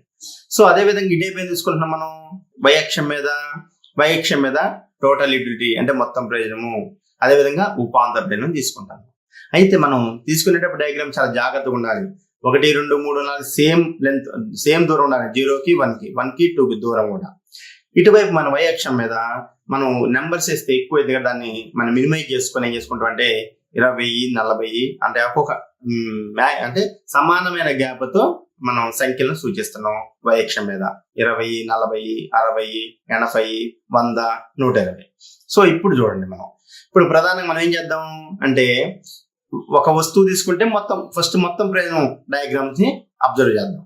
అంటే మొత్తం ప్రయోజన రేఖ టియు రేఖని 1వ వస్తువు వినియోగదారుడు 1వ యాపిల్ లేకపోతే వినియోగించుకుంటే ఎంత వచ్చింది అనుకున్న మొత్తం ప్రయోజనం పక్కన మనకి టేబుల్ కూడా ఇచ్చాను నేను అర్థం చేసుకోవడం కోసం. 1వ వస్తువు వినియోగించుకుంటే 40 యూనిట్ల మొత్తం ప్రయోజనం వచ్చింది. ఇప్పుడు ఏం చేయాలి, మనం ఈ యొక్క గ్రాఫ్ లో 1వ వస్తువు అప్పుడు 40 యూటిల్స్ ప్రయోజనం ఎక్కడైతుందో అటు మనం గ్రాఫ్ లో అయితేనేమో లైన్స్ ఉంటాయి. మనం ఏం చేస్తున్నాం, ఆ 40 నుంచి ఎక్స్ అక్షానికి సమాంతరంగా లైన్ పొడిగిస్తూ 1వ వస్తువు దగ్గర నుంచి కూడా నిలువుగా అంటే వై అక్షానికి సమాంతరంగా లైన్ గీస్తూ ఈ రెండు ఎక్కడైతే ఖండించుకుంటాయో అక్కడ ఏ అనే బిందువుని ఏర్పాటు చేస్తున్నాం. మనం ఏ అనే బిందువు దగ్గర ఖండించుకున్నాయి అంటే 1వ వస్తువుని వినియోగించుకున్నప్పుడు వినియోగదానికి మొత్తం ప్రయోజనం మొత్తం ప్రయోజనం టేబుల్ లో చూడండి, మనకి 40 యూటిల్స్ ప్రయోజనం వచ్చింది. సో ఈ యొక్క వస్తువుకి 40 యూటిల్స్ ప్రయోజనానికి 2 ఎక్కడ ఖండించుకునే స్పర్శ అయినాయి అంటే ఏ అనే బిందువు వద్ద. మనం అక్కడ చుక్క పెట్టిన ఒకటి ఏ అనే బిందువు వద్ద స్పర్శించినాయి. సో అక్కడ ఒక బిందువు పెట్టుకున్నాం. తర్వాత మళ్ళీ ఏం చేసిన 2వ వస్తువు తీసుకోండు, ఎంత వచ్చింది, 70 యూటిల్స్ మొత్తం ప్రయోజనం వచ్చింది. 60కి 80కి మధ్యలో ఉంటుంది కాబట్టి 70 మనం ఏం చేసినాం, అక్కడి నుంచి ఒక బ్లాక్ అంటే నలుపు లైన్ తీసుకొచ్చినాం మనం అడ్డంగా. 2వ వస్తువుని తీసుకునేటప్పుడు దానికి వై అక్షానికి ఒక సమాంతర రేఖ గీసినాం. అంటే 70 యూటిల్స్ ప్రయోజన రేఖ 2 వస్తువుల యాపిల్ రేఖని మనం బి అనే బిందువు వద్ద 2 స్పర్శ రేఖగా ఉంటాయి కాబట్టి అక్కడ బి పాయింట్ మనం చుక్క పెట్టుకున్నాం. అదే విధంగా 3వ వస్తువు తీసుకోండి, 3వ వస్తువు 90 వచ్చింది కాబట్టి 80కి 100కి మధ్యలో 90 ఉంటుంది కాబట్టి మనం చూపించకుండా అక్కడ ఆ మధ్యలో నుంచి సి బిందువు వద్ద 3వ వస్తువు 90 యూటిల్స్ తో అక్కడ ఒక స్పర్శ రేఖగా ఉన్నాయి. 2 స్పర్శించుకోండి, ఖండించుకోండి. తర్వాత 4వ వస్తువు ఎంత ఉంది, 100 ఉంది యూటిల్స్ ప్రయోజనము మొత్తం ప్రయోజనము కాబట్టి 4వది ప్లస్ అక్కడ 100 మనం చూడండి అక్కడ మనకి పింక్ కలర్ లో ఇచ్చింది. డి అనే బిందువు వద్ద 2 స్పర్శ రేఖలు ఉన్నాయి. సో అంటే ఇక్కడ మనకి అదే విధంగా 5వ యాపిల్ వద్ద ఈ బిందువు వద్ద స్పర్శ రేఖ అదే 100 మొత్తం ప్రయోజనంతో. సో తర్వాత 6వ వస్తువుని వినియోగించుకుంటే ఎంత వచ్చింది, 90 యూటిల్స్ ప్రయోజనం వచ్చింది. అంటే ఏమైంది, తగ్గింది. సో కొన్ని 100 నుంచి మళ్ళీ ఏమైంది, తగ్గి 90 దగ్గర ఆ లైన్ అట్లా 6వ వస్తువుకి 90కి మనం 2 సమానం చేసి ఎఫ్ అనే బిందువు వద్ద ఖండించుకుంటాయి 2. సో ఇప్పుడు ఏంటి, మనకి మొత్తం అంటే ఎక్స్ అనే వస్తువు లేదా యాపిల్ అనే వస్తువుని 1 2 3 4 5 6 వినియోగించుకున్నప్పుడు మొత్తం ప్రయోజనాలని కూడా మనం ఎంత వస్తున్నాయని చూడటం వల్ల ఏ బిందువు, బి బిందువు, సి బిందువు, డి బిందువు, ఈ బిందువు, ఎఫ్ బిందువు ఏర్పడ్డాయి. దేంతో మొత్తం ప్రయోజన బిందువులని అంటే వస్తురాశిని వినియోగించుకున్నప్పుడు వచ్చిన టియు బిందువులు. సో ఆ బిందువులన్నీ కలుపుతూ మనం ఒక లైన్ గీసినాం. ఆ బిందువులను కలుపుతూ రేఖిస్తున్నాం. ఏ బిందువులు ఇవి? మొత్తం ప్రయోజన బిందువులు. కాబట్టి ఆ రెడ్ మార్క్ చూడండి, రెడ్ లైన్ గీసినాం మనం మొత్తం కూడా. ఆ రెడ్ లైన్ అందుకే మనం అక్కడ టియు రేఖ అని చూపించాను. ఏం చెప్తున్నాం? టియు రేఖ అంటే టోటల్ యూటిలిటీ అంటే మొత్తం ప్రయోజన రేఖ. ఇప్పుడు ఆ యొక్క డయాగ్రామ్ తో మనం మొత్తం ప్రయోజన రేఖని సాధించడం జరిగింది అనమాట. సో అదే విధంగా ఇప్పుడు మొత్తం ప్రయోజనాన్ని పక్కన పెట్టండి అన్న ఉపాంత ప్రయోజనం చూసుకుందాం. ఉపాంత ప్రయోజనం ఇప్పుడు ఎంత ఉంది? టేబుల్ చూడండి. ఒకటి ఒక వస్తువు అప్పుడు 40 యూనిట్లు అంటే ఏ అనే బిందువు. అదేవిధంగా రెండో వస్తువు అప్పుడు చూడండి ఇక్కడ ఇంకొక బిందువు బి కంటే కింద ఒక బిందువు గీసిన మనం. సో అదొక బిందువు. తర్వాత మూడో వస్తువు అప్పుడు ఎంత వచ్చింది? 20 యూనిట్లు అంటే 20 యూనిట్స్ ప్రయోజనము. మూడో వస్తువుకి 20. ఈ లైన్ చూడండి ఇక్కడ కింద లైన్. సో అదే విధంగా నాలుగో వస్తువుకి 10 అంటే 0కి 20కి మధ్యలో 10 ఉంటుంది కాబట్టి 10. సో అదే విధంగా ఐదో వస్తువు ఉపాంత ప్రయోజనము 0 ఉంది అంటే ఏంది? ఎక్స్ అక్షానికి స్పర్శ రేఖ ఉంది. 0 అక్షాంశం కదా ఇది. సో కాబట్టి 5 దగ్గర మనకి 0 ఉంటుంది అనమాట. 5 దగ్గర 0 ఉంది. సో ఎక్స్ అక్షానికి సమాంతరంగా అంటే 0 అన్నట్టు. సో అంతవరకు ఇప్పుడు అంటే ఏంది? ఏ నుంచి కిందకి అంటే ఎడమ నుంచి కిందకి వాళ్తుంది. అదే బ్లూ రేఖలో ఉంది మనకి చూడండి. ఇక్కడ బ్లూ రేఖలో చూపించడం జరిగింది దాన్ని. అంటే ఒకటో వస్తువు అప్పుడు ఉపాంత ప్రయోజనం 40 యూనిట్స్. రెండో వస్తువు అప్పుడు 30 అంటే 40కి 20కి మధ్యలో ఉంటది కాబట్టి 30. ఆ బ్లాక్ లైన్ తో అక్కడ ఒక బిందువు చూపించడం మనం. అదే విధంగా మూడో వస్తువు అప్పుడు ఉపాంత ప్రయోజనం 20 యూనిట్స్. సో కాబట్టి 20 నుంచి లైన్ పొడిగించిన దాన్ని ఆ గ్రీన్ కి అక్కడ ఒక బిందువు చూపిస్తున్నాం మనం. అదే విధంగా నాలుగో వస్తువు అప్పుడు 10 అంటే 20కి 0కి మధ్యలో 10 ఉంటుంది కాబట్టి 10 బిందువు. సో అదే విధంగా ఐదో వస్తువు ఉపాంత ప్రయోజనము 0 అంటే 5 దగ్గర ఎంత ఉంది? 0. కాబట్టి అక్కడ ఏం చూపించలేదు, 0 అక్షాంశం ఉంది కాబట్టి ఆ 0 చూపిస్తుంది. ఇంకా ఆరో వస్తువులు కూడా వినియోగించుకుంటే ఏమైతుంది? పైనల్లా ప్లస్లు ఉంటాయి 10 20 40 60. అదే కనుక 0 నుంచి కిందకు వస్తే మైనస్లు. కాబట్టి కిందకి ఇక్కడ మనం ఇక్కడ 0 నుంచి కిందకి పోతే మైనస్ కాబట్టి ఇక్కడ ఆరో వస్తువు దగ్గర కిందకు వచ్చేసింది -10. ఇది ఆరో బిందువు దగ్గర. సో కాబట్టి ఇప్పుడు ఏమైంది? ఉపాంత ప్రయోజనాల యొక్క బిందువులు అవన్నీ కూడా కిందకి ఏది బ్లూ రేఖ ఖండిస్తూ వచ్చినవి. కాబట్టి అక్కడ ఏ నుంచి కిందకి ఏదైతే ఖండించిందో ఎంయు రేఖ అంటే ఎందుకు ఎంయు రేఖ అన్నాం? ఎంయు ఉపాంత ప్రయోజనాలన్నింటినీ కూడా కలుపుతూ ఒక రేఖ గీయబడింది కదా, దాన్ని ఎంయు రేఖ అన్నాం. సో కాబట్టి ఇది మనకి డయాగ్రామ్ సంబంధించి. సో ఇప్పుడు మనం ఈ యొక్క డయాగ్రామ్ లో రెడ్ లైన్ తో అంటే ఎర్ర లైన్ తో గీసినేమో టియు రేఖ, అదే బ్లూ లైన్ తో గీసింది ఎంయు రేఖ. దేని బట్టి గీసిన? మనం ఆ పట్టికని బట్టి గీసినాం. ఓకేనా? సో కాబట్టి ఇట్లా మనం డయాగ్రామ్ ని రేఖా చిత్రాన్ని పట్టిక ద్వారా తెలుసుకోవచ్చు. సో దీంట్లో ఉన్న అంశాలంతో ఒకసారి చూద్దాం. మనం ఈ యొక్క పటాన్ని మనం అబ్జర్వ్ చేసినట్టయితే ఇక్కడ కూడా మనం ఇందాక పట్టికలు చూసినట్టు 3 అంశాలు కనిపిస్తున్నాయి. ఏంటి? ఒకటి ఇక్కడ ఎక్స్ అక్షం మీద మనం యూనిట్లు తీసుకున్నాం వస్తు పరిమాణం, y అక్షం మీద మొత్తం ప్రయోజనము ఉపాంత ప్రయోజనం తీసుకోవడం జరిగింది. ఇప్పుడు చూడండి ఈ రేఖాపటంలో క్షీణోపాంత ప్రస్తుతాలను వివరించడం జరిగింది. మనం ఏం చేస్తాం?